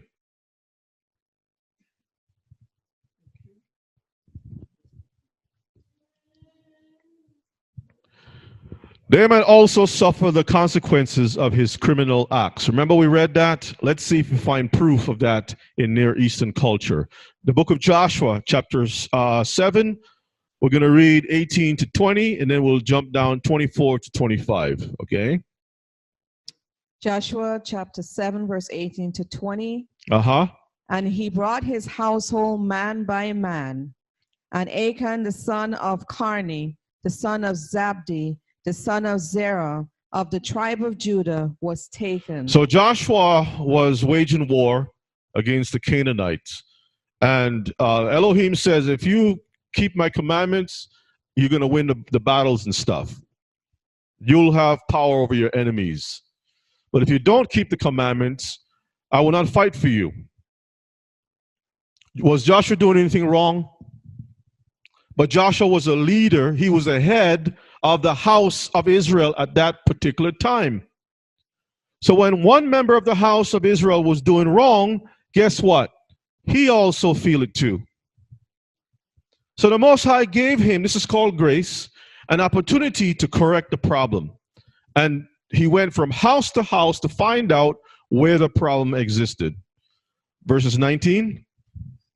And Joshua said unto Achan, my son, Give, I pray thee, glory to Yah, Elohim of Israel, and make confession unto him. This is an oath. He made him go before the Most High and declare an oath. Okay, read. And tell me now what thou hast done. Hide it not from me. Read. And Achan answered Joshua and said, Indeed, I have sinned against Yah, Elohim of Israel, and thus have I done. And Joshua and all Israel with him took Achan, the son of Zerah, and the silver and the garment and the wedge of gold and his sons and his daughters and his oxen and his asses and his sheep and his tent and all that he had. And they brought them unto the valley of Achor. So Joshua took Achan, all his gold and jewelry, everything that he had, all his wealth, the stuff that he took that he shouldn't have taken, and the stuff that he already had. His children, all his children, his whole family, his wife, everyone was taken and brought to the valley of Achor. Read. And Joshua said, Why hast thou troubled us? You see the problem there? Why have you troubled us? Not just your house, you trouble the whole entire nation of Israel. Remember what we read about Ahasuerus? The problem that existed with one causes problems to spread. Read on. And all Israel. Read it again, 25. 25. And Joshua said, Why hast thou troubled us? And Yah shall trouble thee this day. And all Israel stoned him with stones and burned them with fire after they had stoned them with stones. Near Eastern culture. Again, consequences for the head of household. Because Achan went and did some crazy stuff, his whole family perished. The Most High is holding the head of household responsible for his actions. We have to be held accountable. We have to make sure that we're doing what is right. Because when we go before the Most High, he's going to kill the whole family. He's not going to kill the family and let you get away. Another example is Matthew chapter 18 and 25. Let's go there real quick. So we can see the same thing in the New Testament. For those who like to stay under the shadows of Christianity, we'll see it in Matthew 18, okay? We'll see what sweet Jesus was saying. Sweet Jesus, meek and mild. How does the song go again? Gentle Jesus, meek and mild. Ding, ding, ding. The little child. How does it go, Elder? You remember the song? Y'all forget that song? Huh? Okay. Gentle Jesus, meek. Let's see how gentle Jesus was laying it down.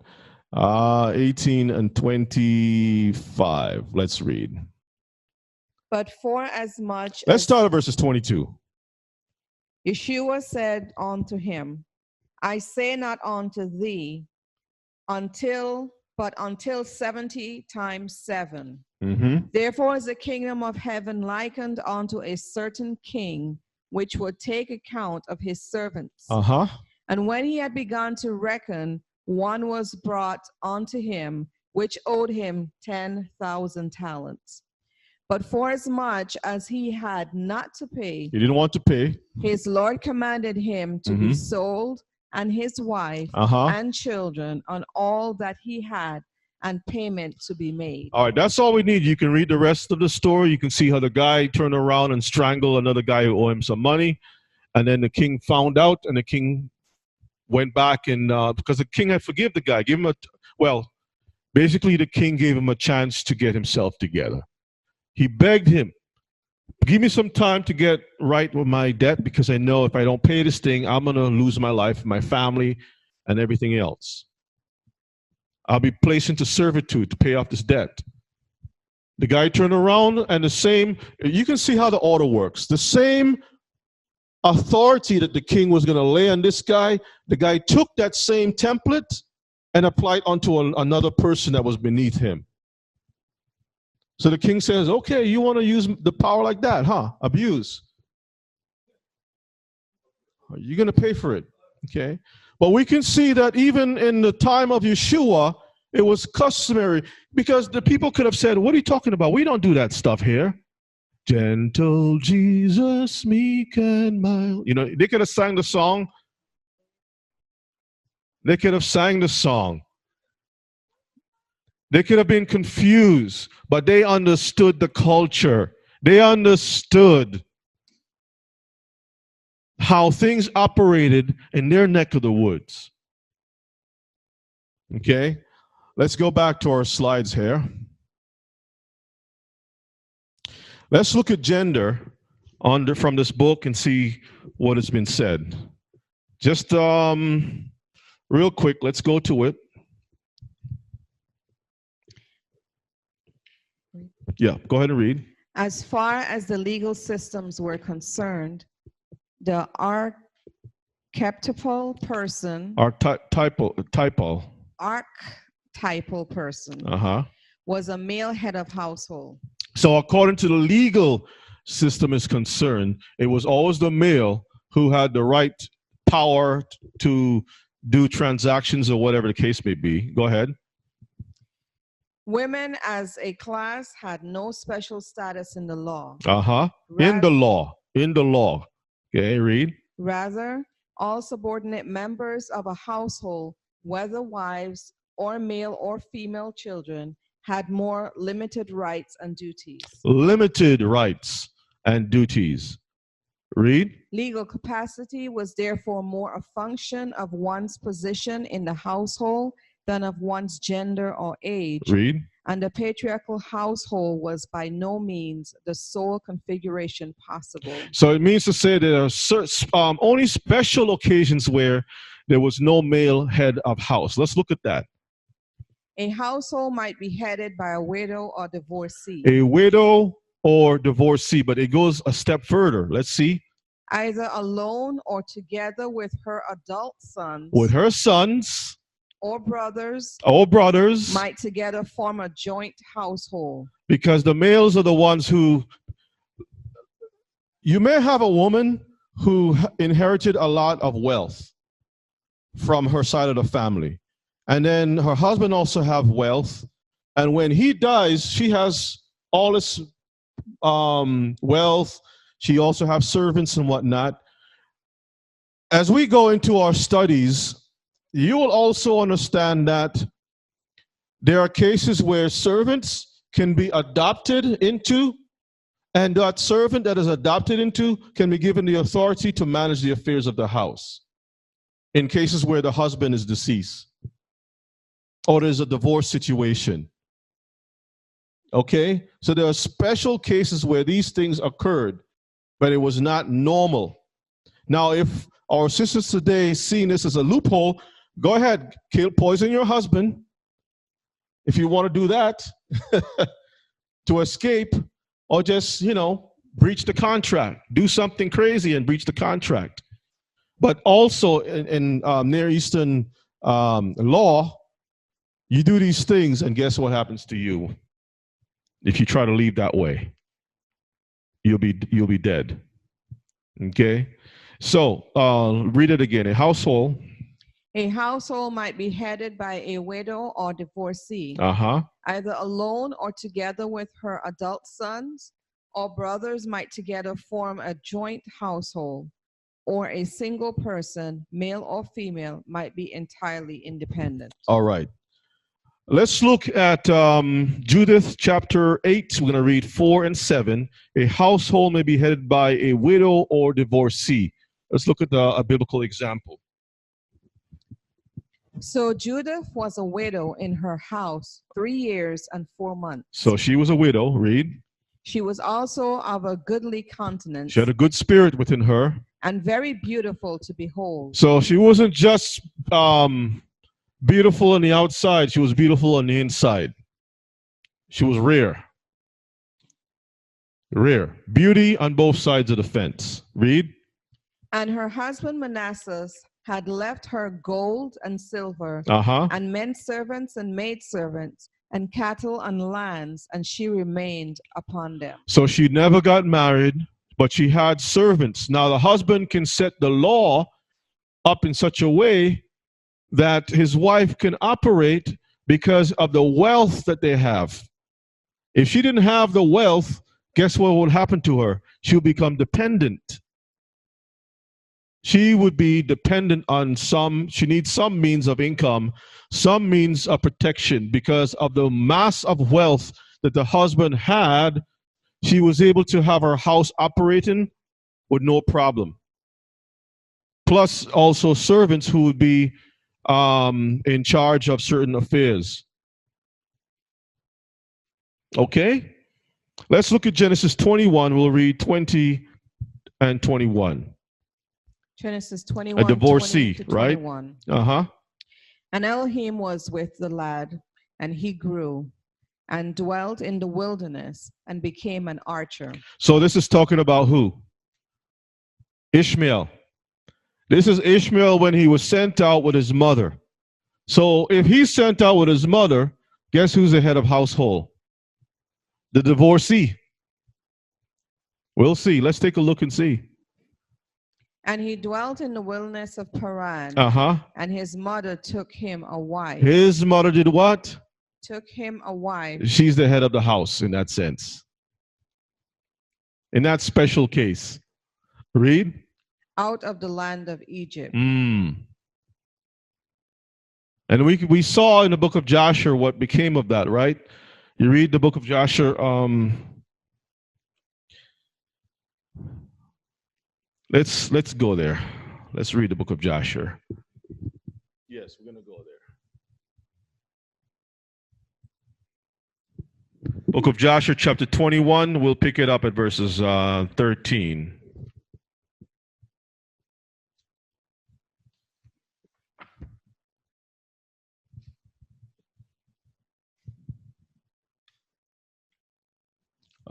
Let me see if I want to start there. Let's start at verses 16. Okay. 16. And Abraham hearkened to the voice of Sarah, and he rose up early in the morning, and he took 12 loaves and a bottle of water, which he gave to Hagar, and sent her away with her son. Now, you know why Abraham listened to the voice of his wife? Because what? Who told him? Elohim told him to. Elohim was the one who told him to. Read. And Hagar went with her son to the wilderness, and they dwelt in the wilderness of Paran with the inhabitants of the wilderness. And Ishmael was an archer, and he dwelt in the wilderness a long time. And he and his mother afterward went to the land of Egypt, and they dwelt there. And Hagar took a wife for her son from Egypt, and her name was Meribah. Uh-huh. And the wife of Ishmael conceived and bare 4 sons and 2 daughters. And Ishmael and his mother and his wife and children afterward went and returned to the wilderness. So we can see that that spirit of I run things a certain way, it wasn't, well, let me go back to Abraham and ask him to get a wife for a son. She was the one making the decisions at that time. Let's see what became of that. Verse 19. Uh-huh. And they made themselves tents in the wilderness, in which they dwelt, and they continued to travel and then to rest monthly and yearly. Mm-hmm. And Elohim gave Ishmael flocks and herds and tents on account of Abraham. On who? On account of Abraham, on his Abraham's father. account. Because of what, brother? Head of household. He blessed Ishmael based upon Abraham's good account. His account was good. Read on. And the man increased in cattle. And Ishmael dwelt in deserts and in tents, traveling and resting for a long time, and he did not see the face of his father. I wonder why. Read on. And in some time after, Abraham said to Sarah, his wife, I will go and see my son Ishmael. No, may I go and see my son Ishmael? I will go. Can I have permission, please, to go see my son? I will go. Is it okay with you that I can go see my son Ishmael? Read. I will go and see my son Ishmael. I will go. Let me see if I can say it the right way. I will go see my son. Read. For I have a desire to see him. I have a desire to see him. Read. For I have not seen him for a long time. How many eyes we see so 3. far? Like the Rasta say, I and I and I and I.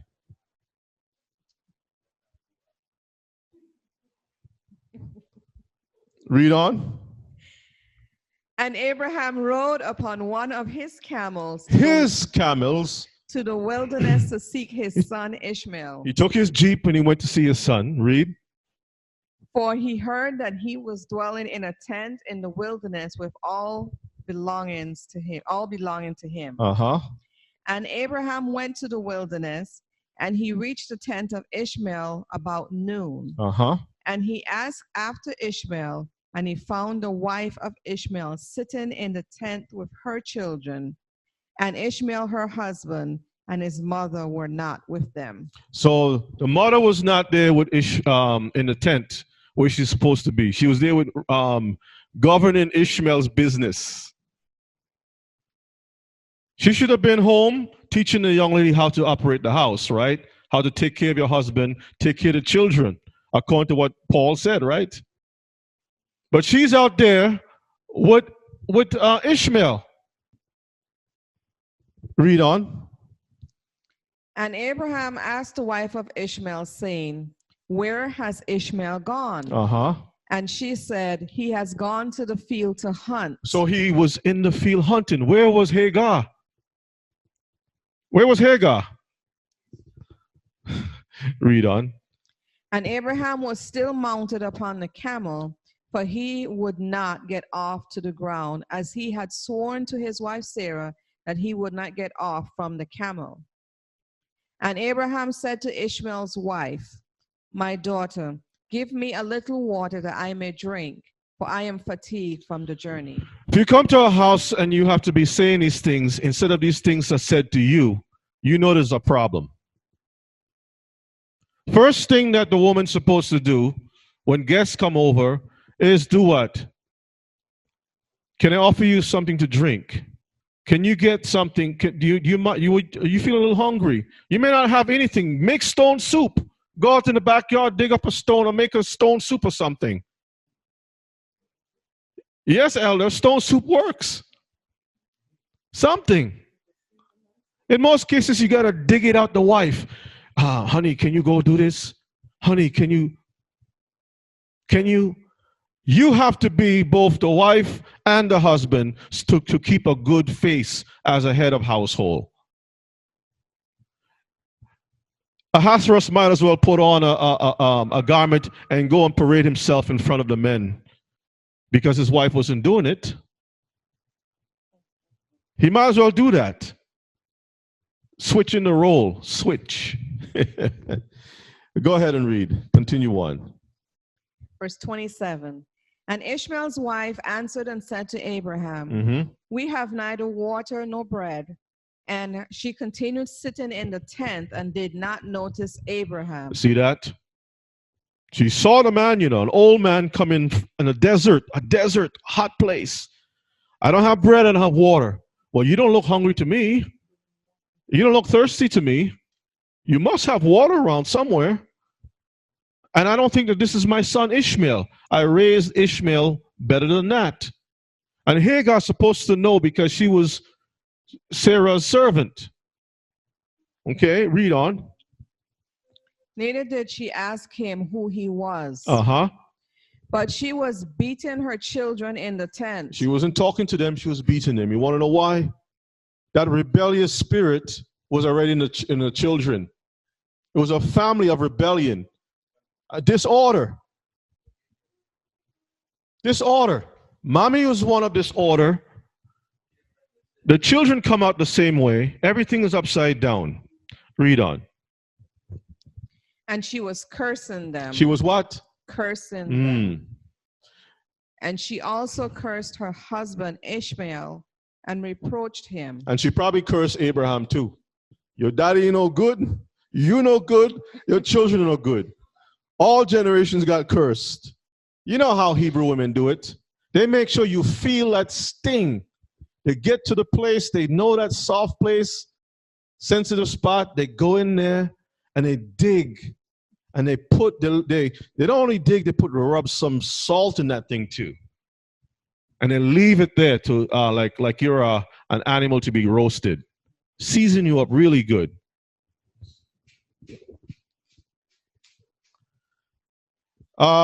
Yes, I did say his wife was chosen by Hagar. That's what the Bible says. Genesis said it. Joshua is saying the same thing too. Okay? Let's see what it says. Continue on. And Abraham heard the words of Ishmael's wife to her children, and he was very angry. And he was happy. He was like Ahasuerus, happy. He says, let me get off my let me go take care of the little children, man. Could dare. Oh, poor babies. Let me get some milk and let me feed his children. Let me bring some lollipops for my little grandbabies and stuff. Did he do that? No, he didn't. He stayed like a man. He made a promise. He stayed like a man in his Jeep, kept the Jeep running, and just peeped through the window and saw what was happening. Keep it going. Read on. Move it up a little, please. 29. And Abraham called to the woman to come out to him from the tent. And the woman came and stood opposite to Abraham, for Abraham was still mounted upon the camel. Read. And Abraham said to Ishmael's wife, when thy husband Ishmael returneth home, say these words to him. Give him this code word. Read. A very old man from the land of the Philistines came hither to seek thee. An old-fashioned guy came. And thus was his appearance and figure. He was an old school dude. Read. I did not ask him who he was. I didn't. And seeing thou wast not here, he spoke unto me and said, when Ishmael thy husband returneth, tell him thus did this man say, when thou comest home, put away this nail of the tent which thou hast placed here, and place another nail in its stead. Instead of the nail, hold the house up, keep order in the house, the nail was like sticking out of the wood in the wrong direction. So every time you're passing by, it digs into your flesh. It's tearing your flesh. You have your nice socks to go out, the nail tears your socks. You have your nice suit, the nail tears it. You have a job, it tears that. No matter what you do, the nail is just tearing away. Even your children, it's tearing at your children.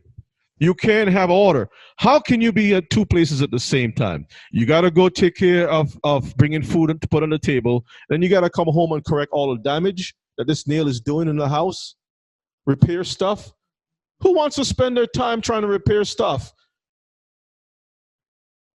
You can never be successful. You can never have a business if you got two heads. He says, this is what we're going to do, honey. We're going to set this business up. We're going to open this account, blah, blah, blah, blah. No, I don't want to do that. I want to do my own thing. I want to do this instead. I want to do this instead. I want to do that instead. You can never get anywhere. Even with the ministry, the same thing too. Let's be one voice. I have this, I do this thing instead. I want to do this instead. You have confusion. So what did Abraham recommend? What did he say? He says, tell my son when he come back, put away this nail of the tent which you have placed here, and place another nail in its stead. Put another nail there. What do you call that? Divorce. Removing. Replacement. Let's read 32. And Abraham finished his instructions to the woman, and he turned and went off on the camel homeward. Took the Jeep and went beep, beep, took off. Read. And after that, Ishmael came from the chase, he and his mother. What? He and who? His mother. What is his mother doing there at the chase?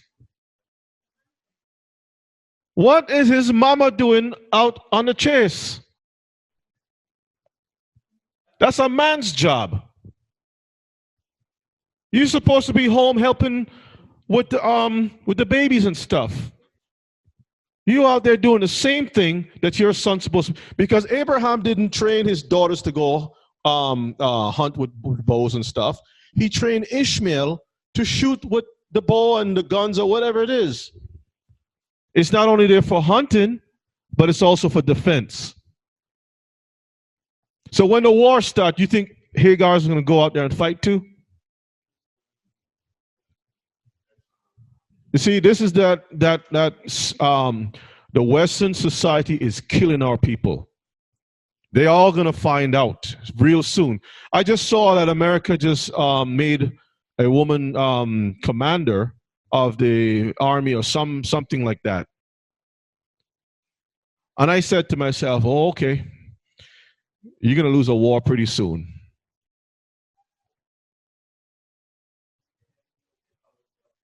It's just a sign, it's the litmus test to let us know what's about to happen. It's the fall. Let's read on. So she came back from the hunt with her son Ishmael and returned to the tent. And his wife spoke these words to him. Read. A very old man from the land of the Philistines came to seek thee. Mm-hmm. And thus was his appearance and figure. I did not ask him who he was.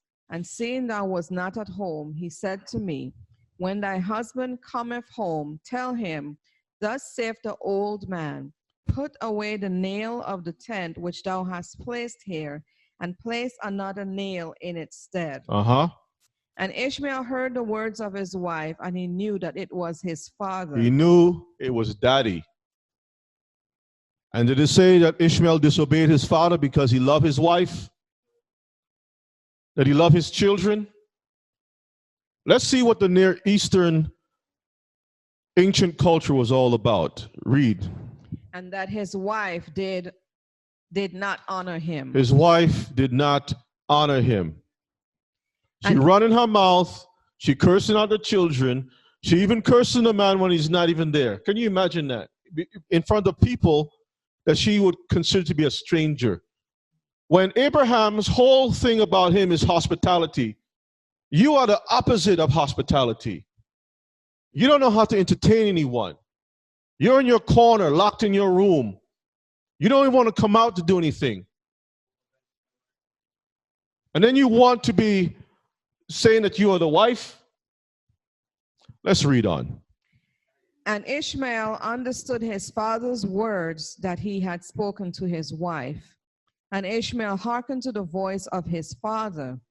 And Ishmael cast off that woman, and she went away. Mm-hmm. And Ishmael afterward went to the land of Canaan, and he took another wife, and he brought her to his tent, to the place where he then dwelt. So he went to the land of Canaan, and he took another wife. Did it say mommy give it to him this time? He was the one who did it. And look where he got the wife. Huh? This time he went to Canaan, a little closer to daddy's place, neck of the woods. Okay. Verses 38.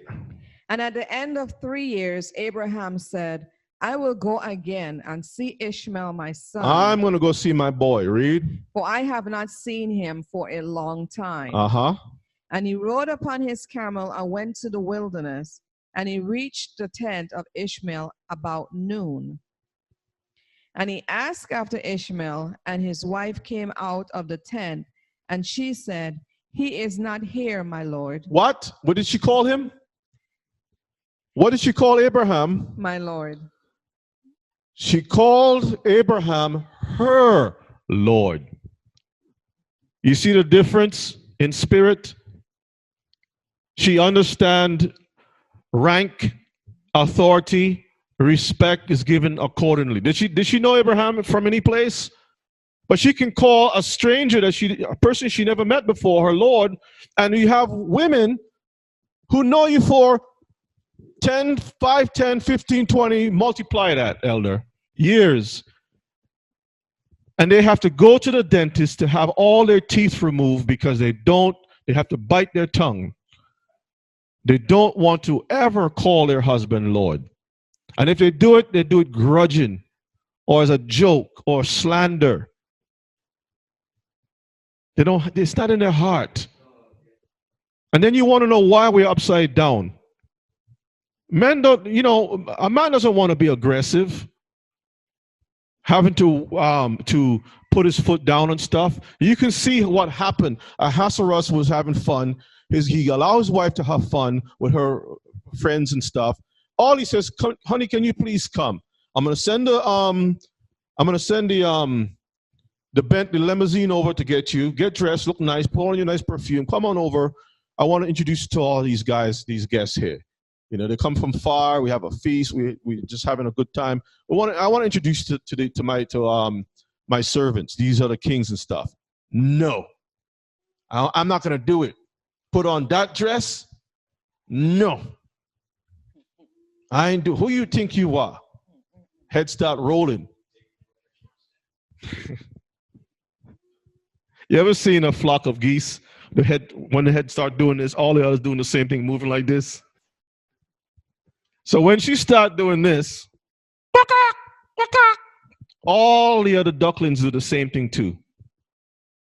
Following to the swamp. Let's read on. He's not here, my Lord. For he has gone to hunt in the fields and to feed the camels. And the woman said to Abraham, turn in, my Lord, into the tent. If you notice, it doesn't say anything about Hagar. This time there's no Hagar mentioned, right? Okay, read.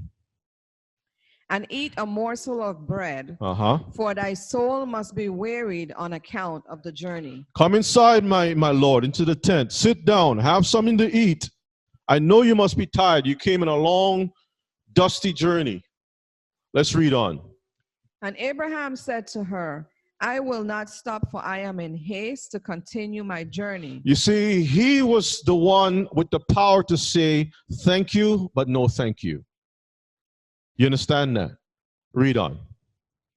But give me a little water to drink, for I have thirst. I want to see if this water is good water. Read. And the woman hastened and ran into the tent. No, she was dragging her feet. She went back on the phone to talk to her girlfriends. What does it say? She hastened and ran into the tent. Read. And she brought out water and bread to Abraham, which she placed before him, and she urged him to eat. For you to have bread, somebody have to be baking. For you to have water, somebody got to go into the well and get the water up. Now, the first wife wasn't doing that. She wasn't baking no bread. She wasn't drawing no water. She just cussing. Your mother, your father.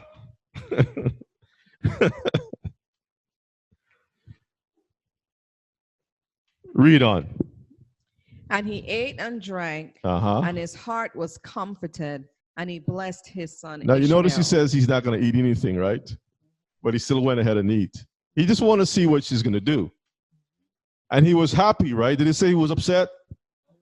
He ate, he drank, he was like comforted, like I can die in peace. I know about Isaac, he's cool. But my boy, I haven't seen him in 3 years. I hope he's all right, He's still my son. He still had love for his son. And even when he died, Ishmael and Isaac came together and made sure, Daddy was taken care of. They didn't have no war. You don't see no wars. Now we have Ishmael trying to keep the laws, statutes, and commandments. When they come to America, they say, you can't bring that Near Eastern culture over here.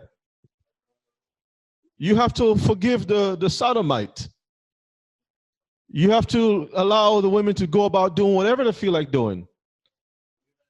And if you don't do it, we're not going to allow you to have no weapons of mass destruction and whatever it is. It's craziness. Let's read on. We're almost done. We're going to come back next week, most high willing. If we have a class next week to come back to. It may not be a class next week. Let's read. Let's see. Verse 42. Uh-huh. And he finished his meal, and he blessed Yahweh. And he said to Ishmael's wife, Uh-huh. when Ishmael cometh home, say these words to him. A very old man from the land of the Philistines came hither and asked after thee, and thou wast not here. And I brought him out bread and water, and he ate and drank, and his heart was comforted. And he spake these words to me, when Ishmael thy husband cometh home, say unto him, Mm-hmm. the nail of the tent which thou hast is very good. Is what? Is very good. Not just good, elder. He says it was very good. That's a big difference. Very good. Remember, it was 3 years after he came to see if the world was refreshed again. It was very good. I mean, you happy? The guy can go out and hunt, come back home, got water, he got bread cooked, baked. The children is not cussing me when I come home. Daddy, you're a monkey, so and so. Daddy's a monkey. Where did you hear that? Mommy's calling you that all day. You don't have to hear that stuff. Come on, children, come on. Look what I got for you. Here's some shish kebabs. Here's some, Read on. Which thou hast is very good. Do Uh-huh. not put it away from the tent. The nail of the tent which you have is very good. Do not put it away from the house. He didn't say it to the wife. He said to the son, got the message. It was a directive. And guess what? Abraham still ruled his house. Even when his children were not, his child Ishmael was not there. He still had control. His words were still effective. So let me ask this question. Who's in charge of your house? Who's directing? Who's pulling the strings in your house? Huh? Who's the one in charge? The Bible says a man who finds a wife has found a good thing. But the mere definition of that word wife is supposed to be defined by being good to begin with. So if she's not good, she doesn't keep the Torah, she's not a wife, she's just a woman. But everybody's believing that the word wife means it's all safe, it's good. No. No. Let's go back to Verse 45. let's go back to our slides. Okay. Let's go back to our slides. We're going to wrap it up, family. We'll come back, Most High willing.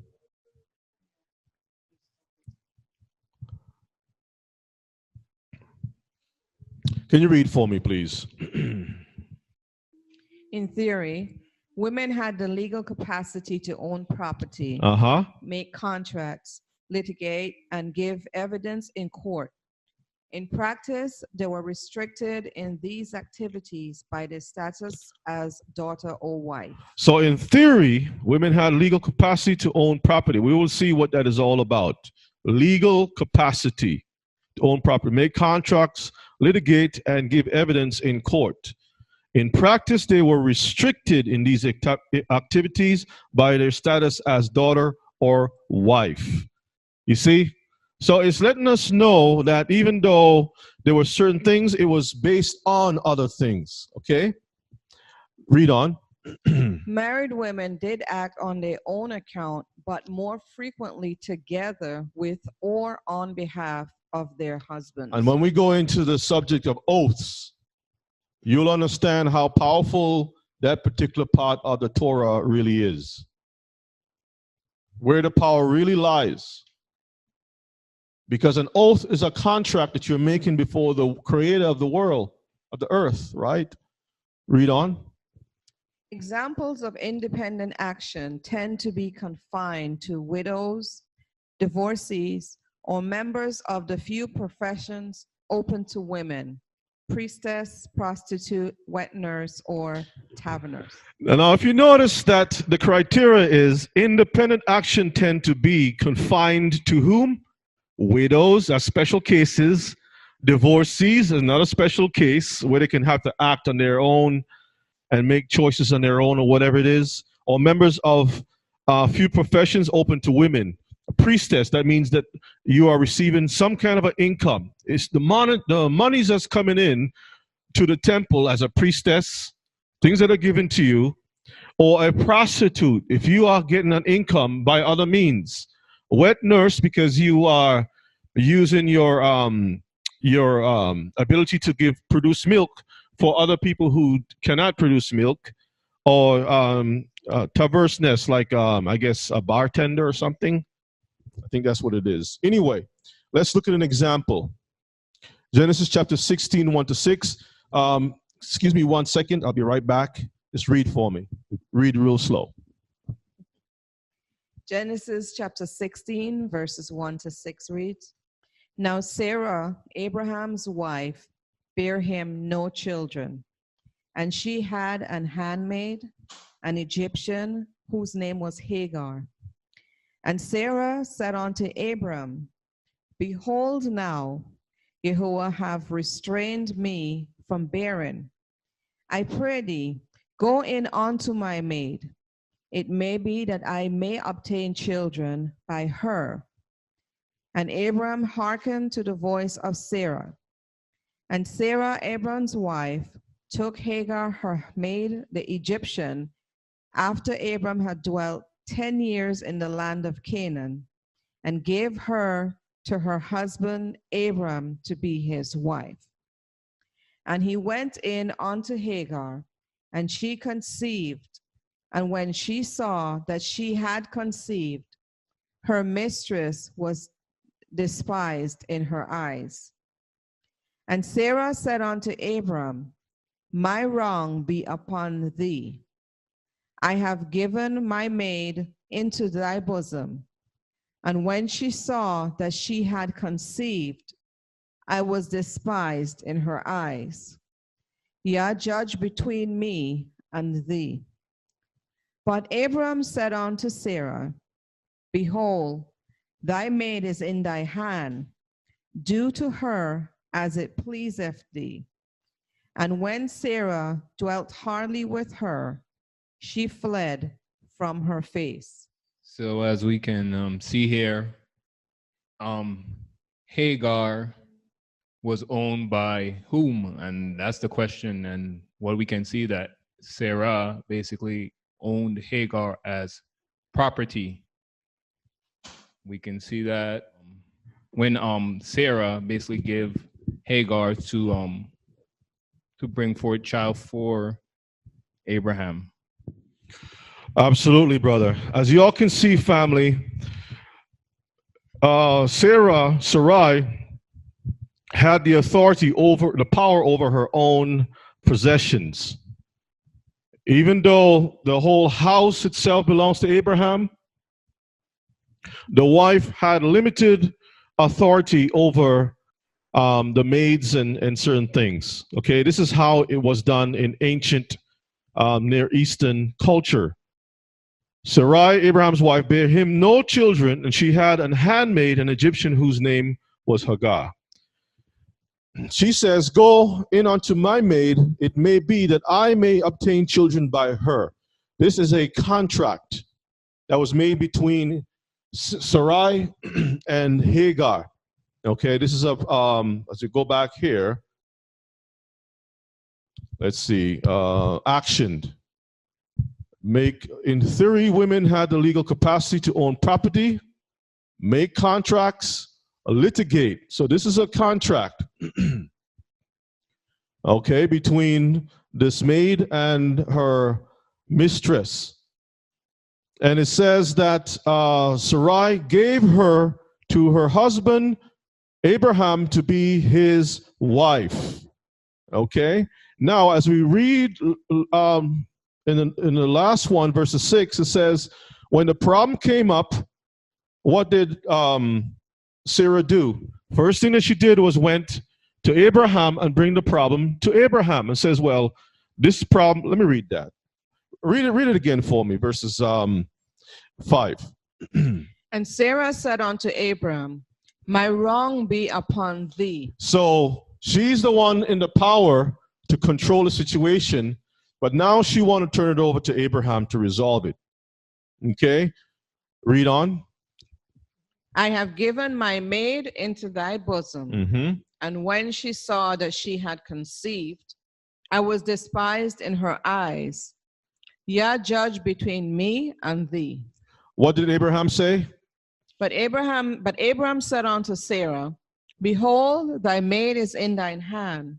Do to her as it pleaseth thee. The maid is in your hand. You have a contract. You have the authority over her. You do as it pleases you. So the power is with Abraham, but she also has some limited, powers within the household. This is how it was done in the old times, Mishpachah. And this is why the Bible is hated so much, because it's still holding on to a society that Western civilization hates so much.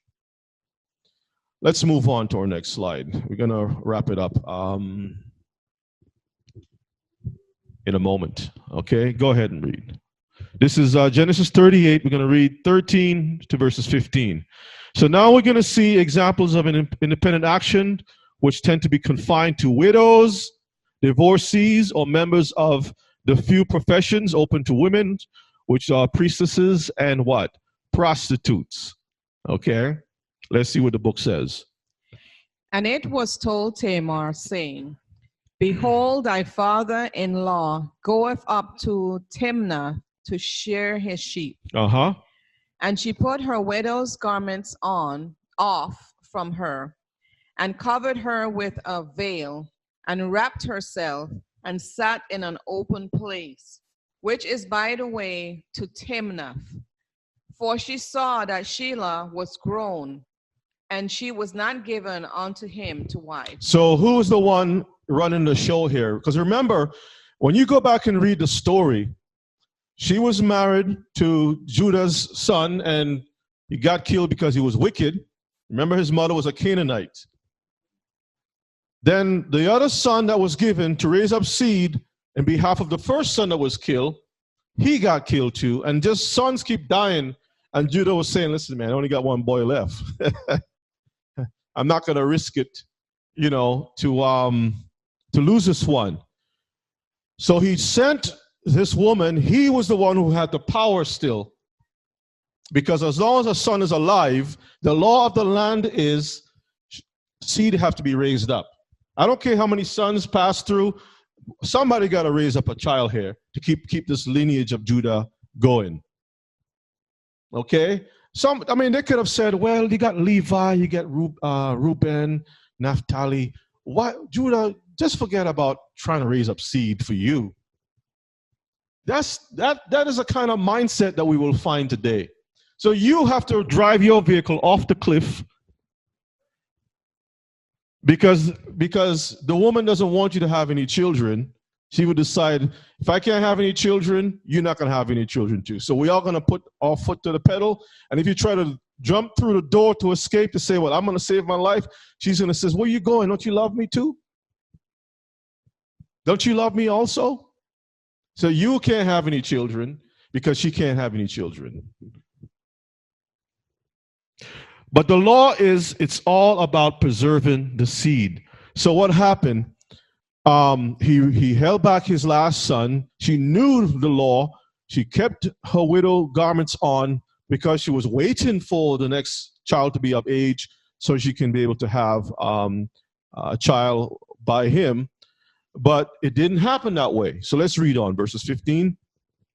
When Judah saw her, he thought her to be an harlot. So when he saw the way she was covered. In Near Eastern culture, she looked like a prostitute. Read. Because she had covered her face. And he turned unto her by the way and said, Go to, I pray thee, let me come in unto thee. For he knew not that she was his daughter-in-law. Uh-huh. And she said, What wilt thou give me? This is a transaction now. In order for you to come in, read on. What wilt thou give me, that thou mayest come in unto me? There's always a transaction that happens before the intercourse takes place. There must be some kind of a transaction. And this is why our women have to hold themselves at a higher level, value, and don't regard themselves as a copper coin, just something easy to be picked up in any street. Okay? He says, what will you give me that you may come in unto me? Something must be in exchange. This is a business transaction. So a prostitute can do these things. Okay? She's not going to let the guy come in like that. He must put something on the table. Verse 17. And he said, I will send thee a kid from the flock. I'm going to send you an animal which is priced at so-and-so value. Read.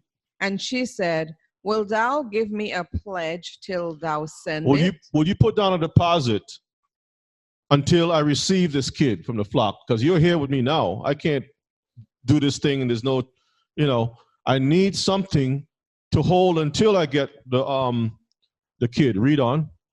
And he said, what pledge shall I give thee? Uh-huh. And she said, thy signet, your seal, and thy bracelet, uh-huh, and thy staff that is in thine hand. and the earrings in your ears. No, family. Your signet, that's your seal, your sign of authority. I need that from you. I need your bracelet. I also need your staff that is in your hand. Why is that? That's the seed, that's the thing of authority. The rod, the scepter. Esther could not come unless what? The scepter was what, Duchamoel? Raised. Okay, when you see the staff raised, you know it's time for you that you can come. For you all adults, you all know what I'm talking about. Okay, let's read on. And he gave it her, and came in unto her, and she conceived by him. So he gave it to her. That was a transaction. So they knew that in Near Eastern culture, the ones who had the authority to act on their own were normally priestess and prostitutes, people like that. But as long as there was a male head, or widows or divorcees, that have the monies to act on their own, because it was all about having the wealth to be able to maintain things on your own. Okay? Let's look at another example, and then we're gonna let me see. Is this it? Yes. Let's look at this one. Read this for me, please. The one area of law from which women appear to have been excluded on principle was the public sphere. Mm-hmm. Women are almost entirely absent from public office. Women are almost entirely absent from what? Public office. Read. The only public positions reserved for women were queen, queen mother, and priestess. With rare exceptions, women are not found as witnesses to contracts. See that? They were excluded from these legal, very high, important situations. But let's look at one more reading from the scriptures. We're going to read these two, and then we're going to shut it down, okay? Go ahead and read.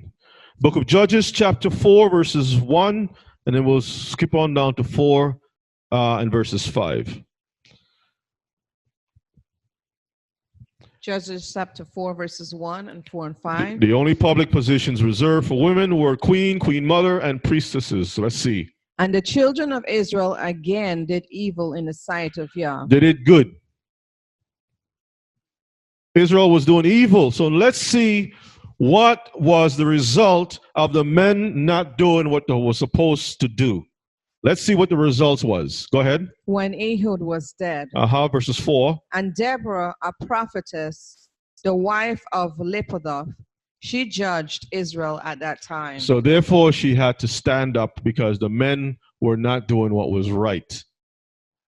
When you have a failure, a breakdown in the order, the head of households, everything is going to go upside down. So now this is a time you find a lot of wars among Israel. Israelites fighting Israelites in the book of Judges. Read on. And she dwelt under the palm tree of Deborah between Ramah and Bethel Uh-huh. in Mount of Ephraim. And the children of Israel came up to her for judgment. Because at that time the conditions was ripe for her to come up because of the wickedness that was happening amongst Israel. Let's look at another example of when things went wrong with Israel. 1 Kings chapter 2, verse 19. Uh-huh. Bathsheba therefore went unto King Solomon to speak unto him for Adonijah. And the king rose up to meet her and bowed himself unto her and sat down on his throne and caused a seat to be set for the king's mother, and she sat on his right hand. So again, the only public positions reserved for women were queen mother, and priestess. And we can see that as evident in the scriptures, in the Bible. So these are the things that we see historically. The other people are bringing it up. What they're doing with this book is looking at Mesopotamia, Babylon, Iraq, Persia, Egypt, all of these regions, and seeing how things were done among these peoples. And they're giving an account, 3,000 years of history, 22 scholars. And this is what they come up with. When we have the Bible that's already telling us what to do, a book costing $400 and some for one book. One book. And we have a Bible that tells us how the house is supposed to be ordered, and we have a problem with it. We don't like it so much. Yes, Brother Benjamin, also India, parts of it. But as you travel past India, you find, because a lot of these laws are still valid today in India. The dowry, for the bride, and all these different things are still in effect today. Okay. So we're going to stop here, Mishpachah, and we'll continue, most high willing, next week. Where's my little pens? It just disappeared on me. We'll continue. Oh, here it is. Next week, most high willing. We're going to see many more things in the scriptures. I hope that this is making sense to you all, and don't tell me that the Rebbe's on fire again. No, I'm just trying to get our people to understand things in order. Whether you like it or not, it is what it is. Whether you don't want to accept it now, the Most High knows your heart. It is His laws. It is His structure that He laid down from the very beginning. If I was made a slave, a servant, or a wife, or whatever order that I was made, I have to fulfill that accordingly. Okay? So let me go back to the beginning. And Mishpachah, once again, head of household, understanding biblical Near Eastern culture according to history and scripture. I hope that this has been a blessing to you all.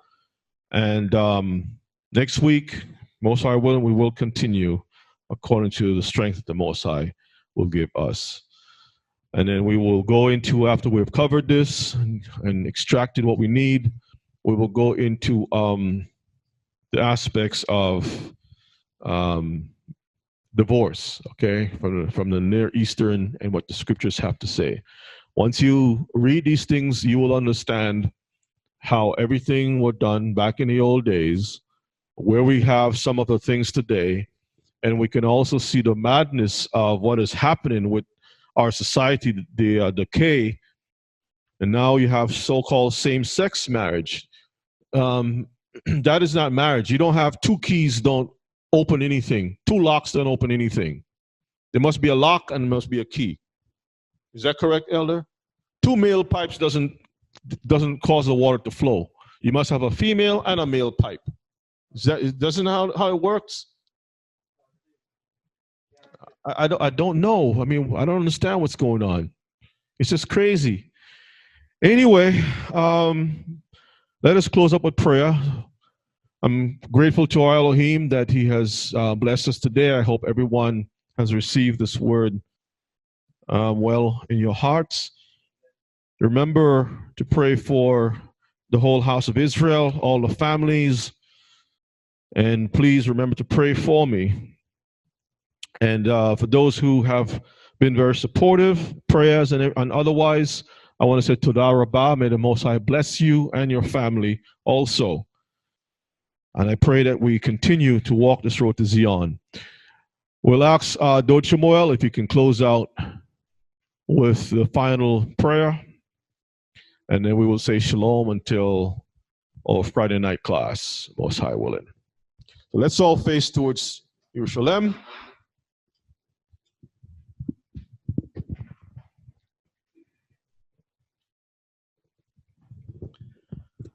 We thank thee at this moment, O Heavenly Elohim. We thank you for this privilege where we could come in once again in your presence to offer praise and thanks to thee. We thank thee for the spiritual food. We ask you to bless our hearts and those who participate in listening to your words, that they will make their calling and election sure. Bless the offering and provide for those who do not have, that they will too may give unto thee. I also ask you to bless again each and every one of us, have us to walk in the presence of righteousness, so that when thou shalt come with the angels, we all will have a place within your kingdom. This I do ask in your wonderful name I pray. Let the words of our mouth, the meditation of our hearts be accepted in your sight. Yeah, our strength and Redeemer. In Jesus' name, amen. Ella, you want to sound the shofar? All right. So, Mishpachah, once again, love you all. Stay strong, stay sharp. May the Most High be with you all. Enjoy the rest of the Shabbat and continue to stay on the road to Zion. Elder?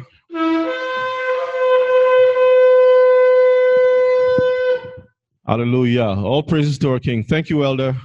All right, family, love you all. Stay strong, stay sharp. May the Most High be with you all.